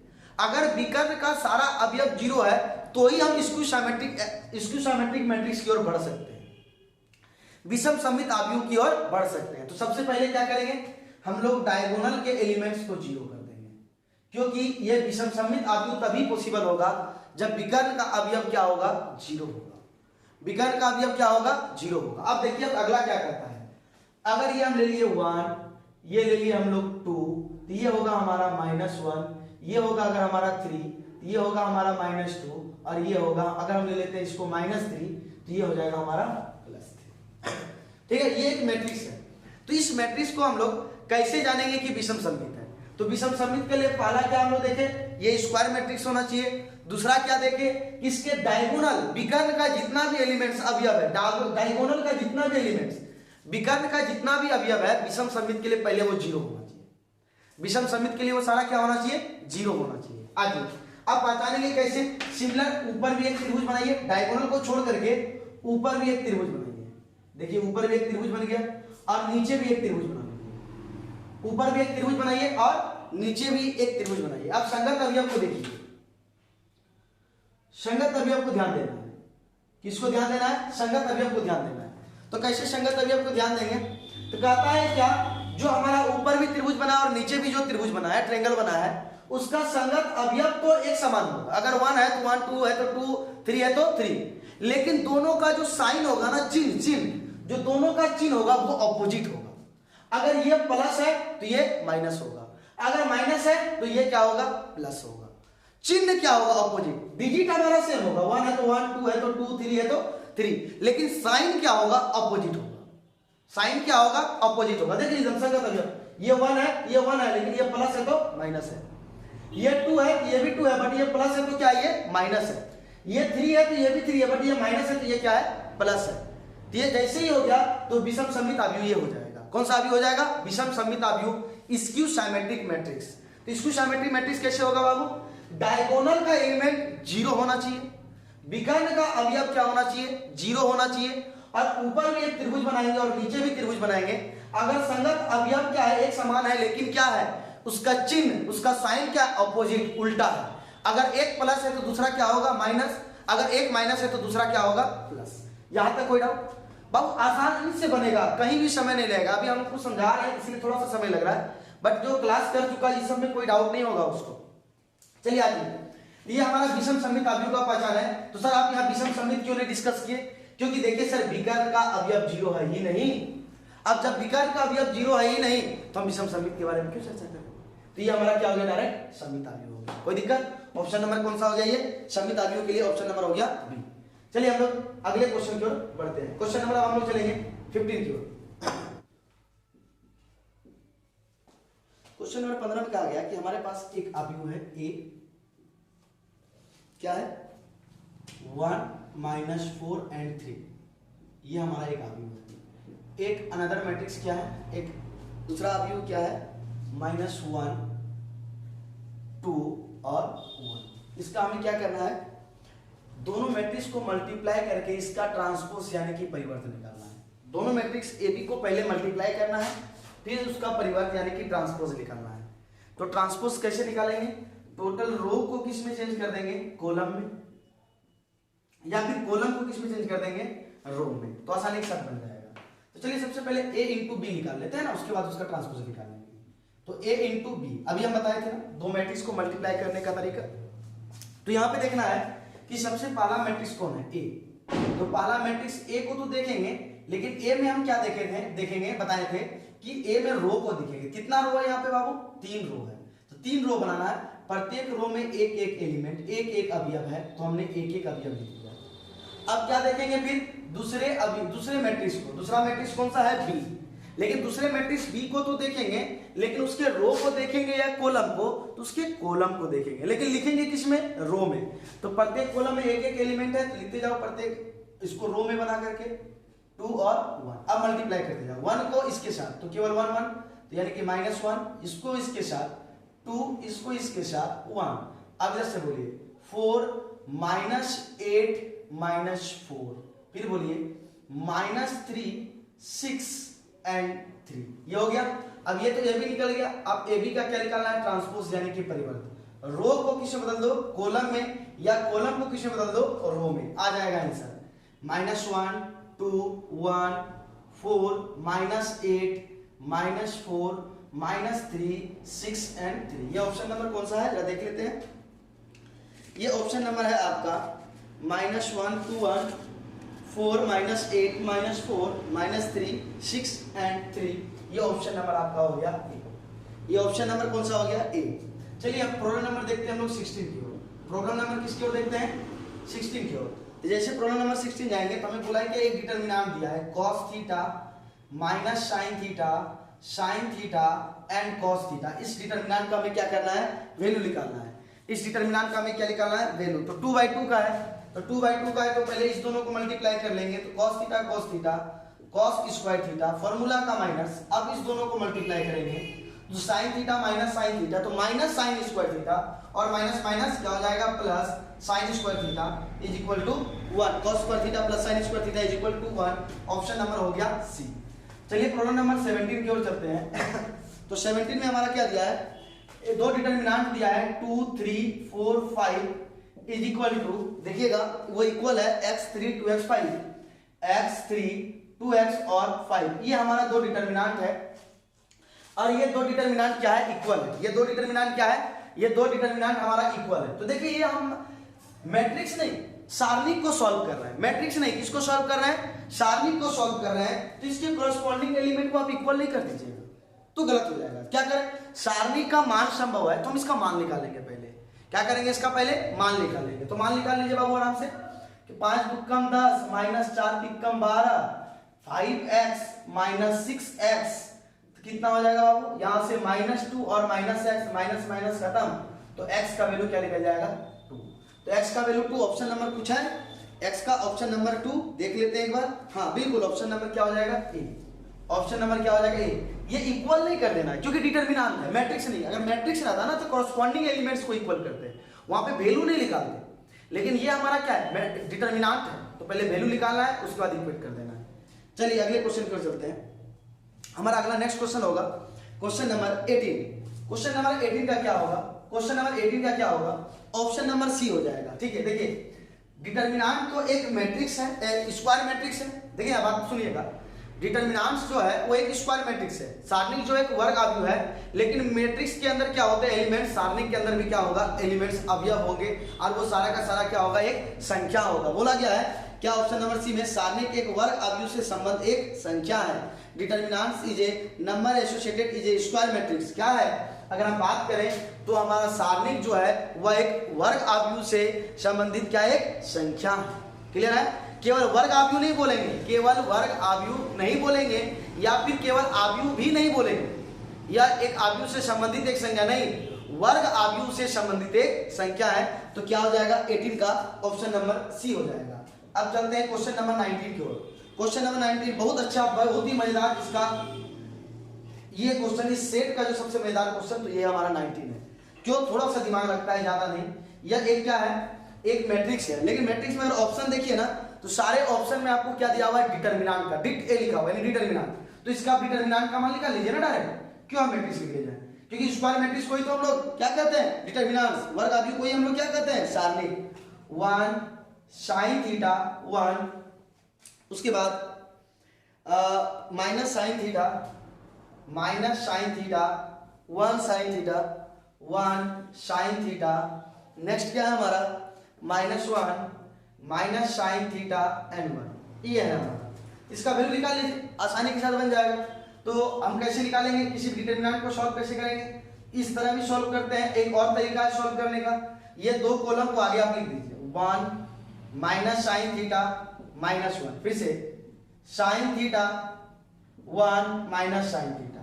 अब देखिए इसके डिटरमिनेंट का वैल्यू आसानी से निकालिए, इस तीनों को गुणा कीजिए तो क्या मिलेगा 1 साइन प्लस यूज कीजिएगा, फिर इस तीनों को गुणा कीजिए तो क्या मिलेगा sine theta sine square theta और -1 तो minus sine square theta, minus sine square theta. फिर इसको मल्टीप्लाई कीजिए तो यहां से क्या मिलेगा 1 minus sine theta minus minus plus sine square theta, ये मिलेगा। फॉर्मूला का क्या यूज करेंगे हम लोग, माइनस, क्या यूज कर लेंगे माइनस। ये तीनों को क्या करना है मल्टीप्लाई कर देना है। अब क्या करना है, अब अपोजिट चलना है, क्या कि अब आप इस तीनों को गुणा कीजिए तो क्या मिलेगा जल्दी बताइए। आप जैसे इस तीनों को मल्टीप्लाई करेंगे तो -1 तो क्या मिल जाएगा -1। अब उसके बाद फिर क्या कीजिए, इस तीनों को मल्टीप्लाई कीजिए तो माइनस साइन थीटा 1 तो क्या मिलेगा माइनस साइन स्क्वायर थीटा, क्या मिलेगा माइनस साइन स्क्वायर थीटा।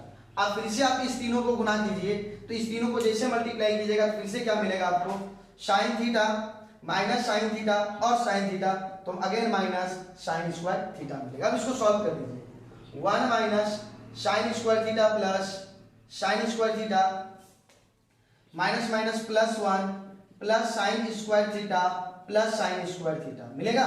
तो देखिए तो माइनस साइन स्क्वायर थीटा और plus sine square theta cancel, तो 1 और 1 2 और sign square theta plus sine square theta 2 sign square theta.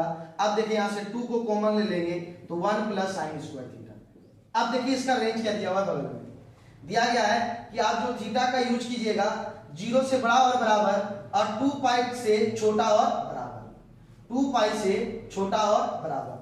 तो 0 से 2 पाई तक चले जाएंगे। तो आइए तो ये साइन थीटा का देखिए ध्यान से सुनिएगा, जब 0 से हम 2 पाई तक का बात करते हैं ना, इक्वल दिया है तो क्लोज इंटरवल, तो साइन थीटा का मैक्सिमम वैल्यू क्या मिलेगा 1 और मिनिमम वैल्यू क्या मिलेगा -1।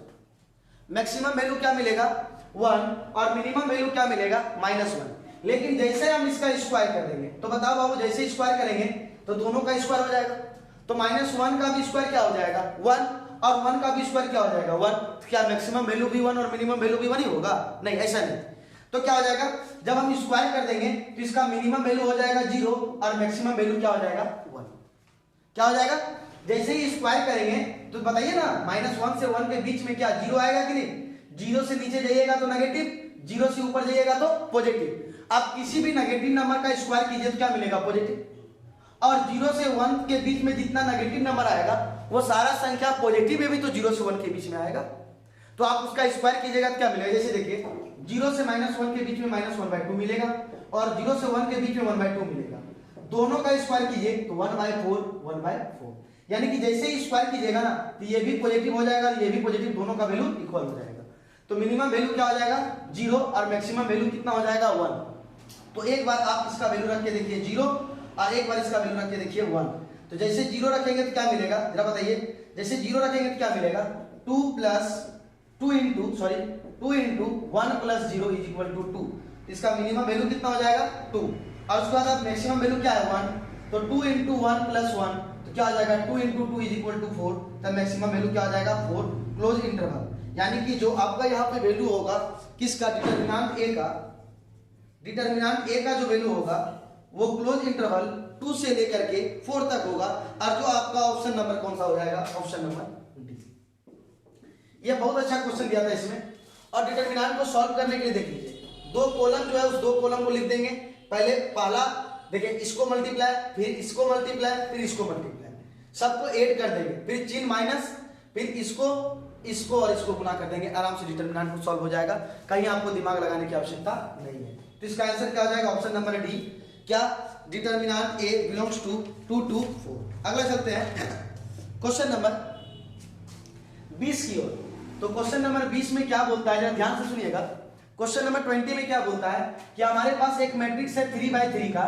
तो बोलता है क्या, इस मैट्रिक्स ए का एक मैट्रिक्स है ए, ठीक है, उसका ऑर्डर कितना है 3/3 का। तो बोलता है इसके एडजॉइंट का जो डिटरमिनेंट का हम वैल्यू निकालेंगे वो क्या होगा। तो आराम से याद रखिएगा डिटरमिनेंट ए का स्क्वायर क्या हो जाएगा, इसका डिटरमिनेंट ए का स्क्वायर, और ये हो जाएगा ऑप्शन नंबर कितना 20। ये क्वेश्चन नंबर कितना का है 20 का है। क्वेश्चन नंबर 20 का क्या हो जाएगा, ऑप्शन नंबर बी। किसी अगर हमारा 3/3 ऑर्डर का एक मैट्रिक्स है, 3/3 ऑर्डर का एक क्या है मैट्रिक्स है, कितने का 3/3 ऑर्डर का अगर एक मैट्रिक्स है, उस मैट्रिक्स का अगर एडजॉइंट के डिटरमिनेंट का वैल्यू अगर आप निकालते हैं तो क्या हो जाएगा, वो डिटरमिनेंट ए के स्क्वायर के इक्वल हो जाएगा। डिटरमिनेंट ए के स्क्वायर के क्या हो जाएगा, इक्वल हो जाएगा। चलिए ये हो गया बी। अब क्वेश्चन नंबर 21 में, क्वेश्चन नंबर 21 में क्या बोला गया है कि हमारे पास एक फंक्शन है, ध्यान से सुनिएगा, हमारे पास क्या है एक फंक्शन है fx। वो fx क्या बोला गया है ध्यान से सुनिएगा बाबू साहब, x स्क्वायर साइन 1/x कब है, बोलता है क्या यदि x is not equal to 0। तो बोलता है क्या x इज इक्वल टू 0 में हम यहाँ पे क्या वैल्यू पुट करेंगे, x इज इक्वल टू 0 में हम यहाँ पे क्या वैल्यू पुट करेंगे कि ये कंटिन्यूअस हो जाएगा, यानी कि संतत हो जाएगा। क्या हो जाएगा, कंटिन्यूअस हो जाएगा, यानी कि क्या हो जाएगा, संतत हो जाएगा।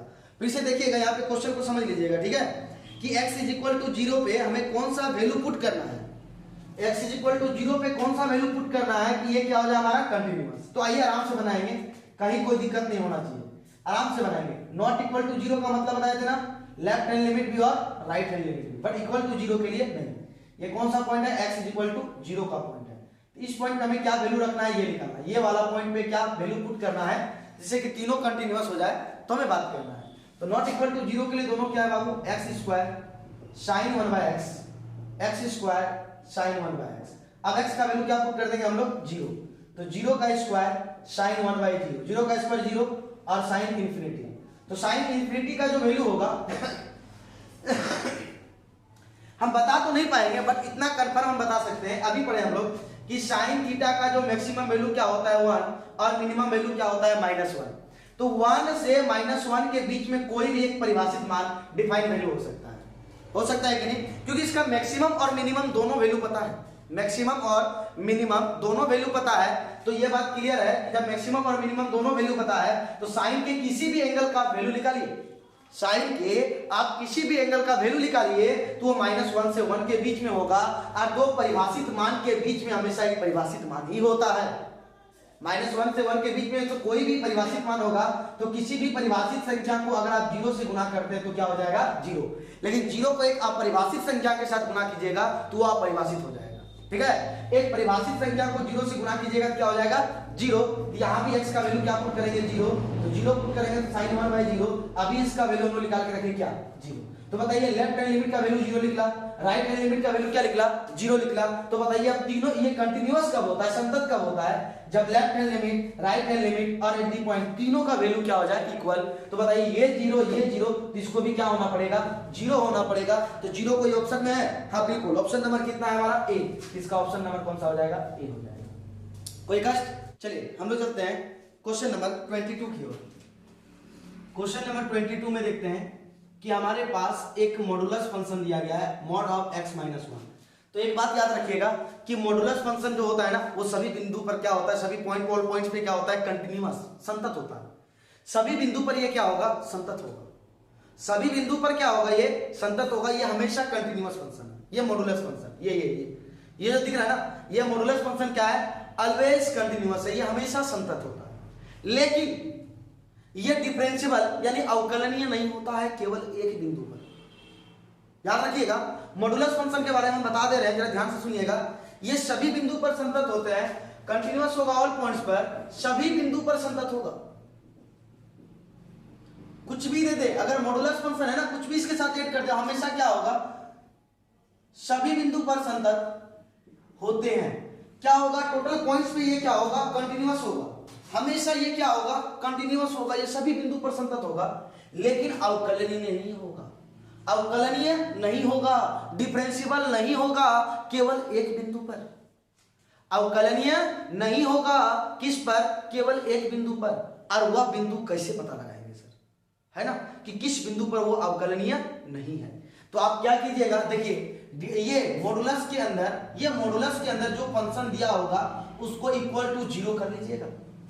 क्या कर लीजिएगा उसको इक्वल टू 0, और x का जो भी वैल्यू निकाल लीजिएगा, x का जो भी वैल्यू निकलेगा x इज इक्वल टू क्या निकलेगा 1, यानी कि ये हमारा जो मॉडुलस फंक्शन है x बराबर 1 पर अवकलनीय यानी डिफरेंशिएबल नहीं है, x बराबर 1 पर अवकलनीय यानी कि डिफरेंशिएबल नहीं है। मेरे बात को समझ रहे हैं, फिर से बता दें कि मॉडुलस फंक्शन क्या होता है ऑलवेज कंटिन्यूअस होता है, ऑलवेज क्या होगा कंटिन्यूअस होगा, लेकिन यह केवल एक बिंदु पर अवकलनीय नहीं होता है। और उस बिंदु को हम पता कैसे लगाएंगे, तो आराम से क्या करेंगे जो मॉडुलस के अंदर मालूम होगा उसको क्या करेंगे इक्वल टू 0, और x का जो वैल्यू निकल जाएगा उस बिंदु पर अवकलनीय नहीं होगा। तो आइए हम लोग देखते हैं यहाँ पे ऑप्शन क्या बोलता है, x बराबर 1 पर कंटिन्यूअस संतत है, हाँ बिल्कुल सभी बिंदु पर संतत है तो 1 पे भी संतत होगा, क्लियर है। बोलता है क्या एक संतत फलन है, कंटिन्यूअस फंक्शन है, हाँ बिल्कुल ये ऑलवेज कंटिन्यूअस है, ये भी ऑप्शन सही है। x बराबर 1 पर अवकलनीय नहीं है, x इज इक्वल टू 1 पे ये डिफरेंशिएबल नहीं है, बिल्कुल x इज इक्वल टू 1 पे ये डिफरेंशिएबल नहीं है, और ये तीनों सही है। अब बोलता उपरोक्त में से सभी, ऑल ऑफ दिस यानी कि ऑप्शन नंबर इसका क्या हो जाएगा डी हो जाएगा। आसानी समझ में आ गया। क्या होगा modulus function is always continuous function but not differentiable, ये हमेशा क्या होगा संतत होगा बट अवकलनीय नहीं होगा। अवकलनीय किस पॉइंट पे नहीं होगा, मॉडुलस फंक्शन के अंदर जो फंक्शन होगा उसको इक्वल टू 0 कर लीजिए और x का जो वैल्यू आएगा उसी पॉइंट पे ये अवकलनीय नहीं होगा। चलिए तब अगले क्वेश्चन की ओर बढ़ते हैं, ये समझ गए होंगे आप लोग। क्वेश्चन नंबर चलते हैं 23। बोला है कि डिफरेंशिएशन फाइंड करने के लिए cos रूट x का, किसका, cos रूट x का। तो डिफरेंशिएशन का हम लोग रूल पढ़ चुके हैं कि सबसे पहले डिफरेंशिएशन जो हम लोग करते हैं होल पे जब पावर हो, तो होल पे पावर तो नहीं है, जब होल पे पावर नहीं हो तो हम लोग कौन सा केस अप्लाई करते हैं, लेफ्ट टू राइट, बारी बारी से एक एक करना है। तो पहले डिफरेंशिएशन किसका हो जाएगा जल्दी बता दीजिए, तो जल्दी किसका होगा सर, cos का, cos का क्या हो जाएगा माइनस साइन एंगल क्या हो जाएगा रूट x, cos के बाद किसका होगा सर रूट x का, रूट x का 1/2 रूट x, यानी कि हमारा आंसर क्या होगा sine root x by 2 root x, ये हमारा हो जाएगा। और ये हमारा ऑप्शन नंबर कितना है, minus sine root x by 2 root x, option number हमारा आ जाएगा बी। ऑप्शन नंबर क्या हो जाएगा हमारा बी, ऑप्शन नंबर क्या हो जाएगा हमारा बी। चलिए अगला चलते हैं, next question number 24। Question number 24 लाजवाब क्वेश्चन, एकदम formula based question, sine inverse 1 minus x square by 1 plus x square, इसका हमें क्या फाइंड करना है, dy by dx, dy by dx। तो कैसे फाइंड करेंगे, तो sine inverse 1 minus x square by 1 plus x square किसका फार्मूला है, pi by 2 minus 2 tan inverse x का, pi by 2 minus 2 tan inverse x का क्या है, ये फार्मूला है, किसका फार्मूला है, ये हमारा टोटल फार्मूला है pi by 2 minus 2 tan inverse x का। अब इसका आप डिफरेंशिएशन कर दीजिए, तो y का x के रिस्पेक्ट में 0, सॉरी y का x के रिस्पेक्ट में dy by dx, pi by 2 का 0, 2 tan इनवर्स x का 1 प्लस 1 बाय x स्क्वायर, तो हमारा dy बाय dx कितना हो जाएगा minus 2 by 1 plus x square, आसानी के साथ बन गया। ये हमारा कौन सा हो जाएगा ऑप्शन, फटाफट बताइएगा, ये ऑप्शन नंबर कौन सा हो जाएगा, ऑप्शन नंबर क्या हो जाएगा ए। ये फॉर्मूला होता है किसका, sine inverse 1 minus x square by 1 plus x square का, pi by 2 minus 2 tan inverse x, ये फॉर्मूला होता है। और उसका क्या कर दिया हम लोग डिफरेंशिएशन। चलिए अगले क्वेश्चन की ओर चलते हैं, क्वेश्चन नंबर 24 के बाद क्वेश्चन नंबर 25। तो क्वेश्चन नंबर 25 में दिया है log x, इसका हमें क्या फाइंड करना है, dy बाय dx यानी कि डिफरेंशिएशन, dy बाय dx यानी कि डिफरेंशिएशन। सबसे पहले डिफरेंशिएशन होता है पावर का, बट पावर नहीं है सर यहाँ होल पे, तो पावर नहीं है तो कौन सा केस चलेगा, लेफ्ट टू राइट। तो हम बता चुके थे कि log का डिफरेंशिएशन हम लोग कैसे करते हैं, तो log का डिफरेंशिएशन 1 बाय, ये log का 1 बाय जो रेस्ट बचा है नीचे लिख दीजिए, sin x रहता तो sin x लिखते, cos x रहता तो cos x लिखते, tan x रहता तो tan x लिखते, x क्यूब रहता तो x क्यूब लिखते। किसका डिफरेंशिएशन, ये log का, ये log का लिखा था इनटू इस log के बाद इस log पे आते हैं, इस log के लिए भी 1 बाय बचा क्या केवल x, तो लिख दिए x। अब इस log के बाद x में जाते हैं, x का x के रिस्पेक्ट में 1 छोड़ दिए, तो हमारे पास dy बाय dx क्या मिल गया 1 by x into log x। एक मिनट का बात है, आसानी के साथ बनेगा। ये हमारा कोई ऑप्शन है, हाँ बिल्कुल, ये हमारा ऑप्शन हो जाएगा ऑप्शन नंबर सी। ये कौन सा हो जाएगा, ऑप्शन नंबर सी। चलिए हम लोग चलते हैं अगला क्वेश्चन, क्वेश्चन नंबर 26 की ओर, क्वेश्चन नंबर 26 की ओर। तो 26 की ओर कैसे निकालेंगे, x is equal to a cos theta, x is equal to a cos theta, y is equal to b cos theta, हाँ बिल्कुल b cos थीटा। निकालने क्या बोला है, dy बाय dx। तो देखिए dy बाय dx कैसे निकालेंगे, y है ना, देखिए ऊपर y है ना, y का डिफरेंशिएशन कर दीजिए, y का डिफरेंशिएशन क्या मिलेगा, b कांस्टेंट है तो बाहर cos थीटा का माइनस sin थीटा। अब नीचे कौन है x ना, x का डिफरेंशिएशन कर दीजिए, a कांस्टेंट है बाहर cos थीटा का minus sin theta, sin theta cancel, minus minus plus, तो b बाय a। तो b बाय a कोई ऐसा ऑप्शन है, बिल्कुल ऑप्शन नंबर हमारा कौन सा हो जाएगा, c। ऑप्शन नंबर हमारा कौन सा हो जाएगा, c। चलिए क्वेश्चन नंबर 27 चलते हैं। क्वेश्चन नंबर 27 में क्या बोला है, y is equal to log x, y is equal to log x,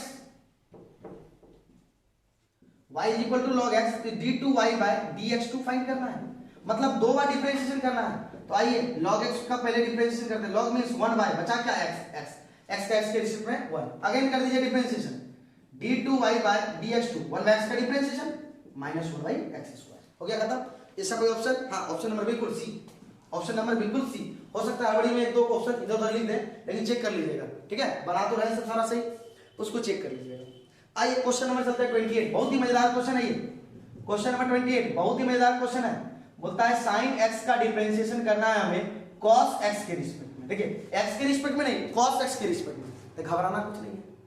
अगर ये साइन x यार यहाँ पे कुछ अनदर फंक्शन दे देगा ना, तो घबराइएगा नहीं। कैसे करना है, सबसे पहले ऊपर कर दीजिएगा साइन x का डिफरेंशिएशन, cos x, नीचे कर दिया कौन है cos x ना, cos x का डिफरेंशिएशन माइनस sin x, हो गया answer, minus cos x by sin x cot x, हो गया आंसर। इसका क्या हो जाएगा, इसका cot x कोई ऑप्शन दिख रहा है, हाँ बिल्कुल ऑप्शन नंबर क्या हो जाएगा डी, माइनस cot x। कैसे कीजिएगा, साइन एक्स का डिफरेंशिएशन, नीचे आना cos x, फिर cos x का डिफरेंशिएशन, आ गया आंसर आराम से। चलिए क्वेश्चन नंबर अब चलते हैं 28 के बाद 29। ये देखिए यहाँ पे ट्रिक बताएंगे, दिया y is equal to x to the power x, तो हमें फाइंड क्या करना है dy बाय dx। तो इसका ट्रिक पॉइंट याद रखिएगा आराम से, ट्रिक पॉइंट याद रखिएगा। अगर किसी वेरिएबल पे पावर वेरिएबल है, वेरिएबल पे पावर वेरिएबल, देख लीजिए x पे power x, variable to the power variable, तो बताया गया है क्या variable to the power variable लेंगे तो हम लोग यहाँ पे लॉग का यूज करेंगे। ना बाबू तो उतना समय नहीं बचेगा, काफी लंबा बनेगा प्रॉब्लम। एक लाइन में बनाना है ना, तो देखिए कैसे बनाएंगे, आराम से बनाएंगे, जरा ध्यान से सुनिएगा मेरे ट्रिक को। पहले जो लिखा हुआ है उसको लिख दीजिएगा, जो क्वेश्चन में लिखा है ना पहले उसको लिख दीजिएगा। अब सुनिए, अब इसका ट्रिक पॉइंट देखिए, देखिए इसका ट्रिक पॉइंट आसानी के साथ कैसे बनाएंगे। जो था उसको लिख दिए, अब क्या कीजिएगा gx by fx, gx by fx और इनटू जो fx है ना उसका डिफरेंशिएशन। डैश का मतलब एक बार डिफरेंशिएशन होता है, एक डैश एक बार, दो डैश दो बार, ठीक है ना। इस fx का क्या कर दीजिएगा डिफरेंशिएशन, उसके बाद साइन यूज कीजिएगा किसका प्लस का, इस बार डिफरेंशिएशन कर दीजिएगा किसका g का, क्या हो जाएगा g dash x into log fx। हमारा जो भी है ना एक लाइन में बन के आंसर निकल जाएगा, ये आपका हो गया आंसर, ये हो गया हमारा ठीक। क्या करना है, पहले जो लिखा है उसको लिख देना है, ठीक है ना। उसके बाद gx बाय fx, fx का डिफरेंशिएशन प्लस gx का डिफरेंशिएशन और log fx, खत्म हो गया। तो आइए देखते हैं क्वेश्चन नंबर 29 का, y to the power x to the power x बोला है ना, तो आइए dy बाय dx, सर पहले जो है उसको लिखिए x to the power x, उसके बाद gx बाय fx यानी x बाय x, डिफरेंशिएशन किसका होगा fx का, तो fx x है, x का डिफरेंशिएशन 1 प्लस इस बार डिफरेंशिएशन किसका होगा सर g का, तो x है, x का 1 इनटू log fx, fx कौन है यहाँ पे x, तो क्या गया हमारा बताइए x to the power x cancel 1 plus log x, एक लाइन में आंसर आ गया। तो हमारा ये ऑप्शन नंबर कितना हो जाएगा, option number B, option number कितना हो जाएगा बी। इस ट्रिक पॉइंट को लिख लीजिएगा और याद रखिएगा, कहीं वेरिएबल में पावर वेरिएबल कुछ भी दे दे, sin x पे पावर cos x दे दे, sin x पे पावर tan x दे दे, ठीक है ना। कुछ भी वेरिएबल पे पावर अगर वेरिएबल दिया है तो हम आसानी के साथ इसको बना लेते हैं, कोई दिक्कत यहां तक बाबू। चलो चलते हैं अगला क्वेश्चन नंबर कितने की हो, क्वेश्चन नंबर 30 की हो। क्वेश्चन नंबर 30 में क्या बोला है जरा देख लेते हैं। क्वेश्चन नंबर 30 में बोला गया है कि x minus y is equal to pi, x minus y is equal to क्या है पाई है, तो x minus y is equal to pi है, तो हमें dy बाय dx निकालना है। निकालते हैं, x का डिफरेंशिएशन 1, y का dy बाय dx और पाई का 0, dy बाय dx को साइड भेज दीजिए, तो dy by dx is equal to क्या मिल जाएगा 1, dy by dx is equal to क्या मिल जाएगा 1। तो ऑप्शन नंबर ये कौन सा हो गया सी, ऑप्शन नंबर कौन सा हो जाएगा सी। आइए अगले क्वेश्चन की ओर जरा से देखते हैं, क्वेश्चन नंबर 31। चलिए पहले 31 देखते हैं, पहले इसको साफ कर लेते हैं थोड़ा सा। चलिए साफ, अगले क्वेश्चन चलते हैं क्वेश्चन नंबर 31 की ओर, क्वेश्चन नंबर 31 की ओर। 31 में क्या बोला गया है देखिएगा आराम से, हाँ इसका ट्रिक भी बता देंगे, ट्रिक ही बन जाएगा, कहीं आपको निकालने की जरूरत नहीं है। तो fx is equal to 3x square plus 6x plus 8, 6x plus 8, 3x square plus 6x plus 8 ये हमें दिया गया है और इसका मैक्सिमम वैल्यू फाइंड करना है। तो इसका डायरेक्ट आंसर होगा, इसका मैक्सिमम वैल्यू क्या हो जाएगा इंफिनिटी। मैक्सिमम वैल्यू क्या हो जाएगा पता नहीं, अनंत होगा। इसका मैक्सिमम वैल्यू के बारे में हम नहीं बोल सकते, परिभाषित नहीं है, नोटिफाइड है ही नहीं। तो सर आप बताए कैसे, देखो यहाँ पे ध्यान से, हम यहाँ पे ट्रिक पॉइंट बता देते हैं, ट्रिक पॉइंट को आप याद रखिएगा, आराम से बन जाएगा, आराम से बन जाएगा बाबू। तो इसका केवल मिनिमम वैल्यू पॉसिबल होगा, मैक्सिमम वैल्यू पॉसिबल नहीं होगा।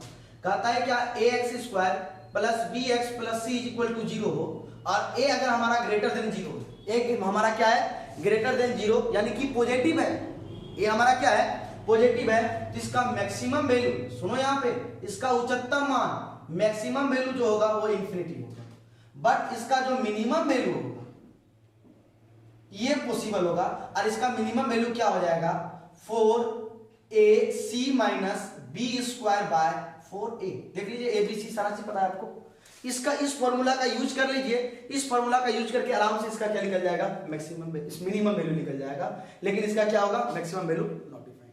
आज अगला, बट अगर हमें ये मालूम हो minus ax square plus bx plus c is equal to 0, अगर ये वाला दिख रहा है ना तो इस वाले केस में हमारा क्या था अजीब, जरा सा देखते हैं, इसी वाले केस को लेते हैं। ए हमारा ग्रेटर देन 0 है तो हमारा क्या होगा, मैक्सिमम वैल्यू नॉट डिफाइन हो जाएगा और मिनिमम वैल्यू क्या हो जाएगा 4ac minus B square by 4a। इस फॉर्मूला का लगा लीजिए, डायरेक्ट आंसर लिख लेगा, डायरेक्ट आंसर लिख लेगा, कहीं निकालने की आपको आवश्यकता नहीं है। बट अगर हम जैसे देख लेते हैं क्या कि अगर ए हमारा लेस देन 0 हो जाएगा तो इसका मिनिमम वैल्यू पॉसिबल नहीं होगा।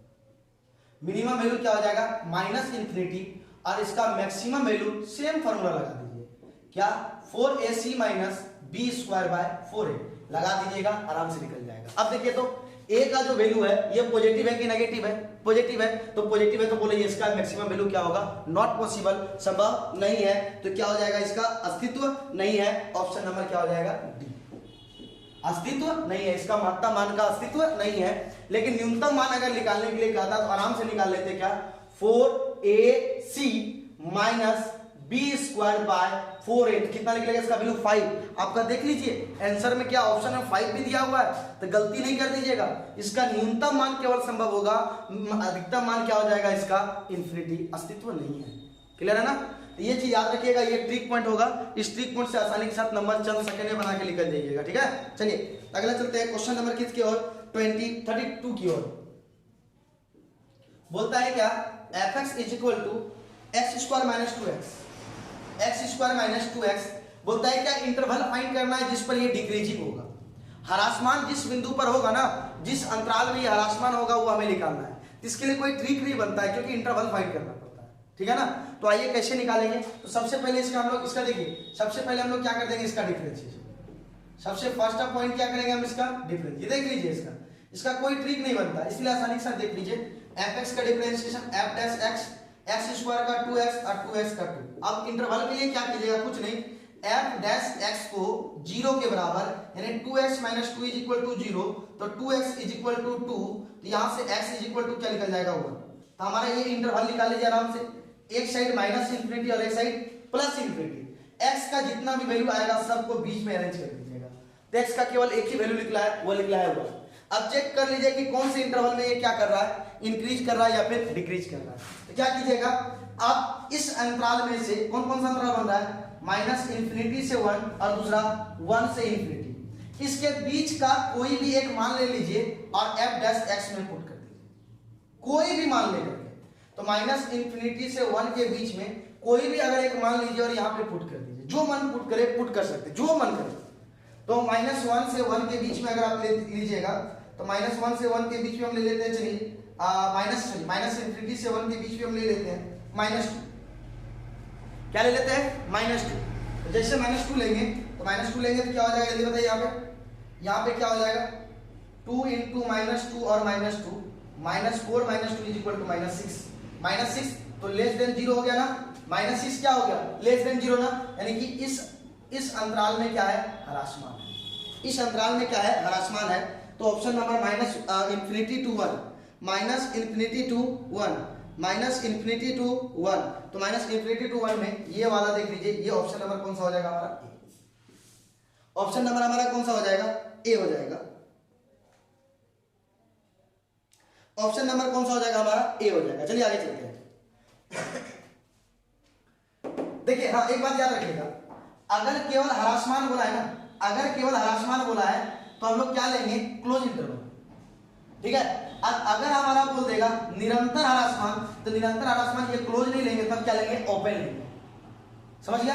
जैसे अगर यहाँ पे क्या बोला केवल ह्रासमान तो माइनस इंफिनिटी से 1, माइनस इंफिनिटी के सामने हमेशा ओपन इंटरवल रहेगा और 1 के सामने क्या हो जाएगा क्लोज इंटरवल। लेकिन अगर ये बोलता कि निरंतर ह्रासमान strictly increasing decreasing, strictly decreasing यानी कि निरंतर ह्रासमान निकालने के लिए कहा था तो माइनस इंफिनिटी टू -1 ये ओपन इंटरवल में हो जाता है, ठीक है। चलिए आगे चलते हैं, इसका ऑप्शन नंबर ए हो।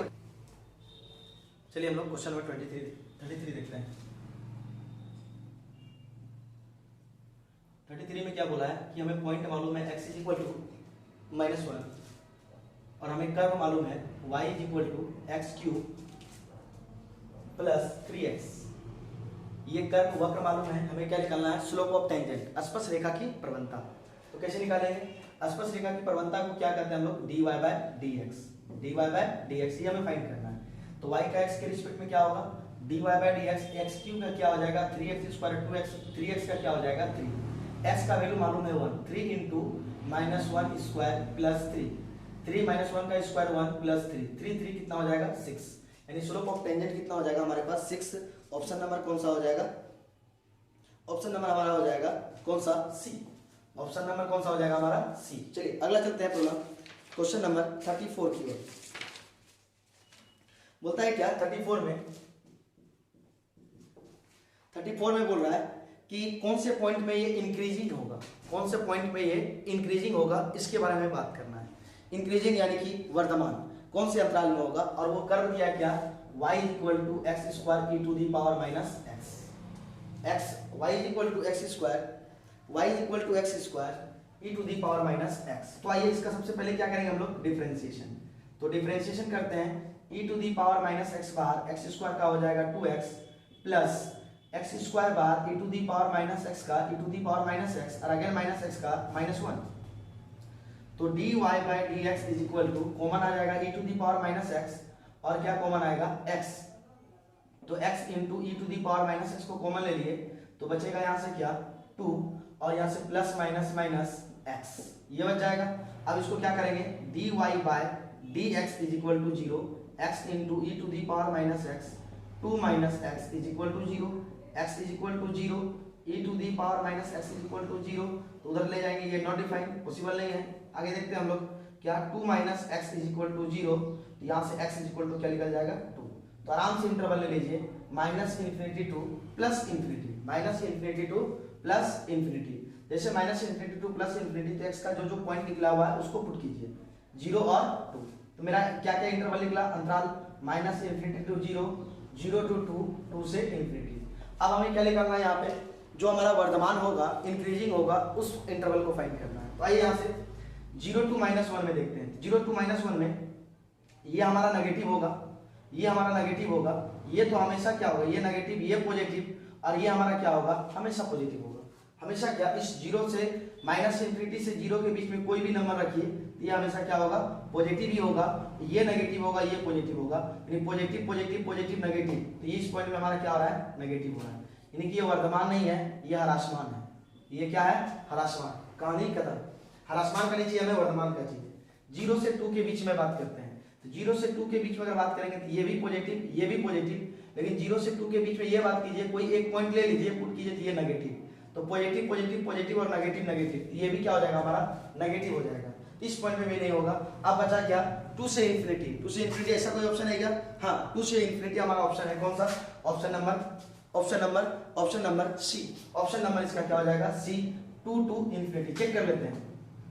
2 टू इन्फिनिटी में ये भी पॉजिटिव और 2 से इन्फिनिटी के बीच में कुछ भी वैल्यू लीजिए तो ये भी क्या होगा पॉजिटिव पॉजिटिव पॉजिटिव पॉजिटिव हो जाएगा, पॉजिटिव वर्धमान हो गया, यानी ऑप्शन नंबर इसका क्या हो जाएगा सी।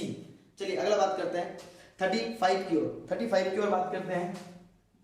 35 की ओर बात करते हैं। बोलता है क्या हमारे पास एक रेखा मालूम है, वह रेखा कौन सा है y is equal to x plus 1। तो देखिए तो इसको कंपेयर कीजिए तो y is equal to m x plus c से, तो जो x का कोफिशिएंट क्या है यहाँ पे कुछ नहीं तो 1 है, तो जो x का कोफिशिएंट होता है वही हमारा क्या कहलाता है स्लोप। स्लोप बोले तो ढाल, स्लोप बोले तो ढाल, और ढाल बोले तो क्या m कितना है यहाँ पे ढाल स्लोप स्लोप स्लोप स्लोप यानी कि ढाल ढाल कितना है हमारे पास 1।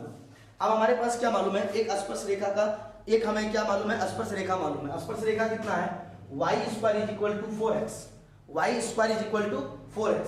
इसका हम लोग क्या कर देंगे डिफरेंशिएशन, क्या कर देंगे इसका डिफरेंशिएशन। y स्क्वायर का 2y एंड y का क्या हो जाएगा dy बाई dx और 4x का क्या हो जाएगा 4, 2 2 r 4, तो ये हो जाएगा dy by dx is equal to 2 by y, और dy बाई dx ही क्या कहलाता है स्लोप ऑफ टेंजेंट, यानी कि स्पर्श रेखा की प्रवणता, और स्पर्श रेखा की प्रवणता यहाँ भी निकाल कर रख चुके हैं स्लोप कितना 1, तो 2 is equal to 2 by y, तो y इज इक्वल टू कितना हो गया 2, y का वैल्यू कितना हो गया 2।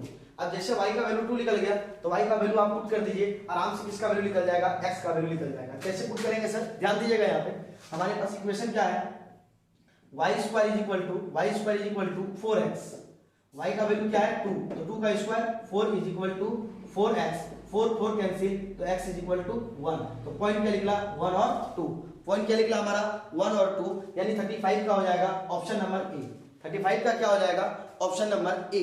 अब चलते हैं अगला क्वेश्चन नंबर 36 की ओर। 36 की ओर, तो 36 का देखिए जरा क्वेश्चन आराम से बनेगा, कहीं कोई दिक्कत नहीं है। बोलता है क्या कि हमारे पास एक सर्कल है, वृत्त है, जिसका त्रिज्या रेडियस में चेंज हो रहा है। क्या रेडियस के चेंज को हम लोग किसे दिखाते हैं? D R by D T. Radius के चेंज को क्या दिखाते हैं हम लोग? D R by D T. D R by D T का वैल्यू कितना दिया है? 0.7 सेंटीमीटर पर सेकेंड। अब बोलता है क्या, जो इसका ध्यान से सुनिएगा, इसका जो सरकमफ्रेंस किस स्पीड से ये इंक्रीज कर रहा है, ये हमें फाइंड करना है। सरकमफ्रेंस यानी कि अगर हम बात करें तो किसके बारे में बात कहा गया है? परिधि के बारे में कहा गया है। किसके बारे में? परिधि। जैसा बताइए तो वृत्त के सरकमफ्रेंस को सी से डिनोट करते हैं और सरकमफ्रेंस क्या है? 2 पाई आर। अब इसका क्या करते हैं हम लोग? डिफरेंशिएशन किसके रिस्पेक्ट में? आर के रिस्पेक्ट, टी के रिस्पेक्ट में, क्योंकि टी के रिस्पेक्ट में चेंज हो रहा है। डी बाई डी टी, तो 2 पाई आर का टी के रिस्पेक्ट में क्या हो जाएगा? D R by D T. 2 pi D R by D T का वैल्यू 0.7 सेंटीमीटर पर सेकेंड और 2 इंटू 0.7 तो 1 इंटू 4 पाई सेंटीमीटर पर सेकेंड। ऐसा कोई ऑप्शन है? हाँ बिल्कुल। कौन सा ऑप्शन है? ए नंबर। तो 36 का क्या हो जाएगा? Option number A. 36 का क्या हो जाएगा? Option number A. चलिए अब अगले क्वेश्चन की ओर बढ़ते हैं। क्वेश्चन नंबर देखते हैं हम लोग 37। बोला गया है क्या, हमारे पास एक फंक्शन है, कौन सा? sin x plus cos x का मैक्सिमम वैल्यू क्या होगा। यानी देखिए दोनों का एंगल सेम है, हम कौन सा पुट करेंगे जिससे हमें मैक्सिमम का मैक्सिमम वैल्यू मिलेगा। तो याद रखिएगा जब sin x plus cos x का मैक्सिमम वैल्यू बोले तो एंगल पाई बाय 4 पुट कीजिएगा। क्यों एंगल पाई बाय 4 पुट करेंगे सर? क्योंकि दोनों जब पाई बाय 4 में पुट करेंगे तो 1 बाय रूट 2 और इसका भी 1 बाय रूट 2 होगा। अदरवाइज कोई भी एंगल पुट कीजिएगा तो ये अगर मैक्सिमम देगा तो ये मिनिमम, ये अगर मिनिमम देगा तो ये मैक्सिमम, जस्ट ऑपोजिट होगा एक दूसरे का। अब मैक्सिमम वैल्यू किस एंगल पे मिलता है? केवल पाई बाय 4 पे। और sin x plus cos x का इसको एलसीएम क्या हो जाएगा? रूट 2 ऊपर होगा 2 कैंसिल हो गया, क्या मिलेगा? रूट 2। यानी कि sin x plus cos x का अगर मैक्सिमम वैल्यू पूछेगा तो वो हो जाएगा हमारा रूट 2, और रूट 2 ऑप्शन नंबर किस में है? बी में है, तो हमारा क्या हो जाएगा? Option number D. चलिए क्वेश्चन नंबर देखते हैं 38 में क्या बोला गया है, देखिए कैसे निकालेंगे। बोलता हमारे पास एक कर्व है x square equal to 2y और हमारे पास एक पॉइंट है 0,5, तो हमें मिनिमम पॉइंट या नियरेस्ट पॉइंट फाइंड करना है। क्या करना है? नियरेस्ट पॉइंट यानी कि मिनिमम पॉइंट फाइंड करना है। तो कैसे फाइंड करेंगे? तो सबसे पहले क्या कीजिएगा, लेट सपोज कर लेगा एक पॉइंट h कोमा के, एक पॉइंट सपोज कर लीजिएगा क्या? h कोमा के। तो जैसे x का वैल्यू क्या काम कर रहा है? h, और k का वैल्यू क्या काम कर रहा है? y। तो इस रिलेशन से बताइए x का वैल्यू h पुट करेंगे तो h स्क्वायर इक्वल टू क्या हो जाएगा? 2k। इसको अपने पास रख लीजिएगा। अब देखिए जरा सा, तो हम लोग जानते हैं डिस्टेंस फार्मूला क्या होता है? x2 माइनस x1 का होल स्क्वायर और प्लस y2 माइनस y1 का whole square. x2 minus x1 का होल स्क्वायर और y2 माइनस y1 का होल स्क्वायर लगा लीजिए। तो इसमें डिस्टेंस फार्मूला h माइनस 0 का whole square, x2 minus x1 का whole square plus y2 minus y1 का होल स्क्वायर, k माइनस 5 का होल स्क्वायर। तो d इक्वल टू बोलिए डिस्टेंस फार्मूला क्या हो जाएगा? h square plus k minus 5 to the whole square. अब बताइए तो d इक्वल टू क्या हो जाएगा? Root under h square equal to क्या हमारे पास? 2k plus a minus b का whole square, a square minus 2ab यानी 10k और प्लस b स्क्वायर यानी कि 25। तो हमारे पास d इक्वल टू क्या मिल जाएगा? अगर देखेंगे तो k square minus 8k plus 25 ये मिल जाएगा। अब इसका हम लोग क्या कर देंगे? इसका हम कर देंगे डिफरेंशिएशन। इसका क्या कर देंगे हम लोग? डिफरेंशिएशन। तो क्या हो जाएगा? डी बाई किसके रिस्पेक्ट में? k के रिस्पेक्ट में डिफरेंशिएशन कर दीजिए। तो क्या हो जाएगा? पहले रूट का क्या होगा? 1/2 रूट जो है सर लिख दीजिए k square minus 8k plus 25। अब किसका होगा? रूट के बाद इसका होगा, रूट के अंदर जो है तो k स्क्वायर का क्या हो जाएगा? 2k माइनस 8k का क्या हो जाएगा? 8। तो बताइए D by d k is equal to क्या मिल जाएगा? 2 को कॉमन ले लीजिए तो k minus 4/2 into root under k square minus 8k plus 25। तो 2 और 2 कैंसिल, तो d by d k is equal to क्या हो जाएगा? k माइनस 4/रूट under k square minus 8k plus 25 ये मिल जाएगा। अब उसके बाद कुछ नहीं करना है, d by d k is equal to 0। तो बताइए यहाँ से क्या हो जाएगा? k माइनस 4/रूट under k square minus 8k plus 25 is equal to 0। ये पूरा टर्म चल जाएगा उस साइड तो क्या हो जाएगा? 0। तो k minus 4 is equal to 0। तो k का वैल्यू क्या निकल गया? 4। k का वैल्यू क्या निकल गया? 4। अब जैसे ही k का वैल्यू अगर हमारा 4 निकल गया, यहाँ से देखिएगा k का वैल्यू हमारा क्या निकल गया? 4। तो अब किसका वैल्यू चाहिए? h का। चलिए h का वैल्यू निकालते हैं। तो बताइए h का रिलेशन क्या दिया हुआ है? H square is equal to 2k, जरा बताइएगा h square is equal to 2 into 4, तो h square is equal to क्या हो जाएगा 8 और एच इज इक्वल टू क्या हो जाएगा 2√2। इसका नियरेस्ट पॉइंट यानी कि न्यूनतम बिंदु क्या हो जाएगा 2√2, 4 ऐसा कोई ऑप्शन है? हाँ ऐसा बिल्कुल एक ऑप्शन है। ऑप्शन नंबर कौन सा है? ए। ऑप्शन नंबर कौन सा है? ये ए हो जाएगा सर। चलिए अगला निकालते हैं। अगला क्वेश्चन नंबर 39। कुछ नहीं करना था, निकालना कैसे था, एक पॉइंट सपोज कर लीजिएगा ना, एच कोमा के एक पॉइंट सपोज कर लीजिएगा, उसका डिस्टेंस फॉर्मूला निकाल दीजिएगा और डिफरेंशिएशन कर दीजिएगा और डिफरेंशिएशन को 0 के बराबर आराम से निकल जाएगा। चलिए अगले क्वेश्चन को करते हैं। अगला क्वेश्चन हमारा कौन सा है? 39। चलिए 39 में देखते हैं क्या दिया हुआ है। एक कर्व दिया है 2y plus x square is equal to 3 और हमें एक पॉइंट मालूम है 1,1। तो हमें क्या निकालना है? इक्वेशन ऑफ द नॉर्मल, यानी क्या अभिलंब का समीकरण। तो अभिलंब का समीकरण क्या होता है? y minus y1 minus 1y dy by dx x minus x1 आराम से निकाल लीजिए। तो कैसे निकालेंगे जरा से देखिएगा। इसमें हमें क्या मालूम है? x1 का और y1 का वैल्यू मालूम है। अब हमें क्या चाहिए? -1 बाई dy बाई dx निकाल लेंगे। देखिए कैसे, हमें क्या मालूम है? 2y plus x square is equal to 3, differentiation कीजिए 2y का dy by dx x square का 2x इज इक्वल टू 3 का डिफरेंशिएशन 0। तो क्या मिला? 2dy by dx is equal to -2x, 2 और 2 कैंसिल, तो dy by dx is equal to x और x का वैल्यू कितना, सॉरी माइनस x का वैल्यू कितना है हमारे पास? x का वैल्यू है 1, तो क्या हो जाएगा -1। dy by dx is equal to -1, तो -1 by dy by dx, slope of normal, अभिलंब की प्रवणता, उसी की आवश्यकता है। क्या हो जाएगा? -1 और dy बाई dx का वैल्यू -1, तो क्या मिल गया 1। तो अब निकाल दीजिए यहाँ से समीकरण। तो कैसे निकलेगा sir? y minus y1 minus 1 by dy by dx x minus x1, इस फॉर्मूला का यूज करते हैं और आराम से निकाल देंगे। y माइनस y1 का भी वैल्यू 1 है और इसका -1 बाई dy बाई dx का भी वैल्यू क्या है? 1 है और x माइनस x1 का भी वैल्यू क्या है? 1। तो y minus 1 is equal to x minus 1, -1 और -1 कैंसिल, तो क्या मिला? y is equal to x। y is equal to ऐसा कोई एक ऑप्शन है तो y is equal to x को ऑप्शन नहीं है, लेकिन यहाँ पे हमारा एक ऑप्शन है क्या कि x को साइड लीजिए, सॉरी y को साइड लीजिए, तो x minus y is equal to क्या हो जाएगा? 0। तो x minus y is equal to 0 कौन सा ऑप्शन है? ऑप्शन नंबर इसका बिल्कुल बी। क्या हो जाएगा इसका? Option number B. 39 का कौन सा ऑप्शन हो जाएगा? Option number B. अब आज ये 39 के बाद चलते हैं हम लोग क्वेश्चन नंबर 40 की ओर। तो 40 के लिए क्या बोला गया है कि हमें न्यूनतम मान निकालना है किसका? Mod of x plus 2 minus 1 का। याद रखिएगा मॉडुलस फंक्शन का मैक्सिमम वैल्यू पॉसिबल नहीं है, मॉडुलस फंक्शन का मैक्सिमम वैल्यू पॉसिबल नहीं है, केवल इसका न्यूनतम वैल्यू पॉसिबल है। और इसका न्यूनतम मॉडुलस फंक्शन का न्यूनतम वैल्यू कितना होता है? 0। तो 0 माइनस 1 इज इक्वल टू -1 इसका ऑप्शन नंबर कौन सा है? सी। इसका ऑप्शन नंबर हो जाएगा हमारा सी। चलिए यहां तक कोई दिक्कत नहीं, चलते हैं हम लोग। तो ये हमारा क्या था? टोटल 40 क्वेश्चन सॉल्व हुआ। किसका? मॉडल सेट, जेक के first model set.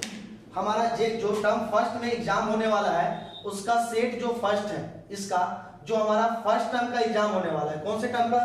First term का जो फर्स्ट मॉडल सेट था उसका 40 क्वेश्चन का सॉल्यूशन है।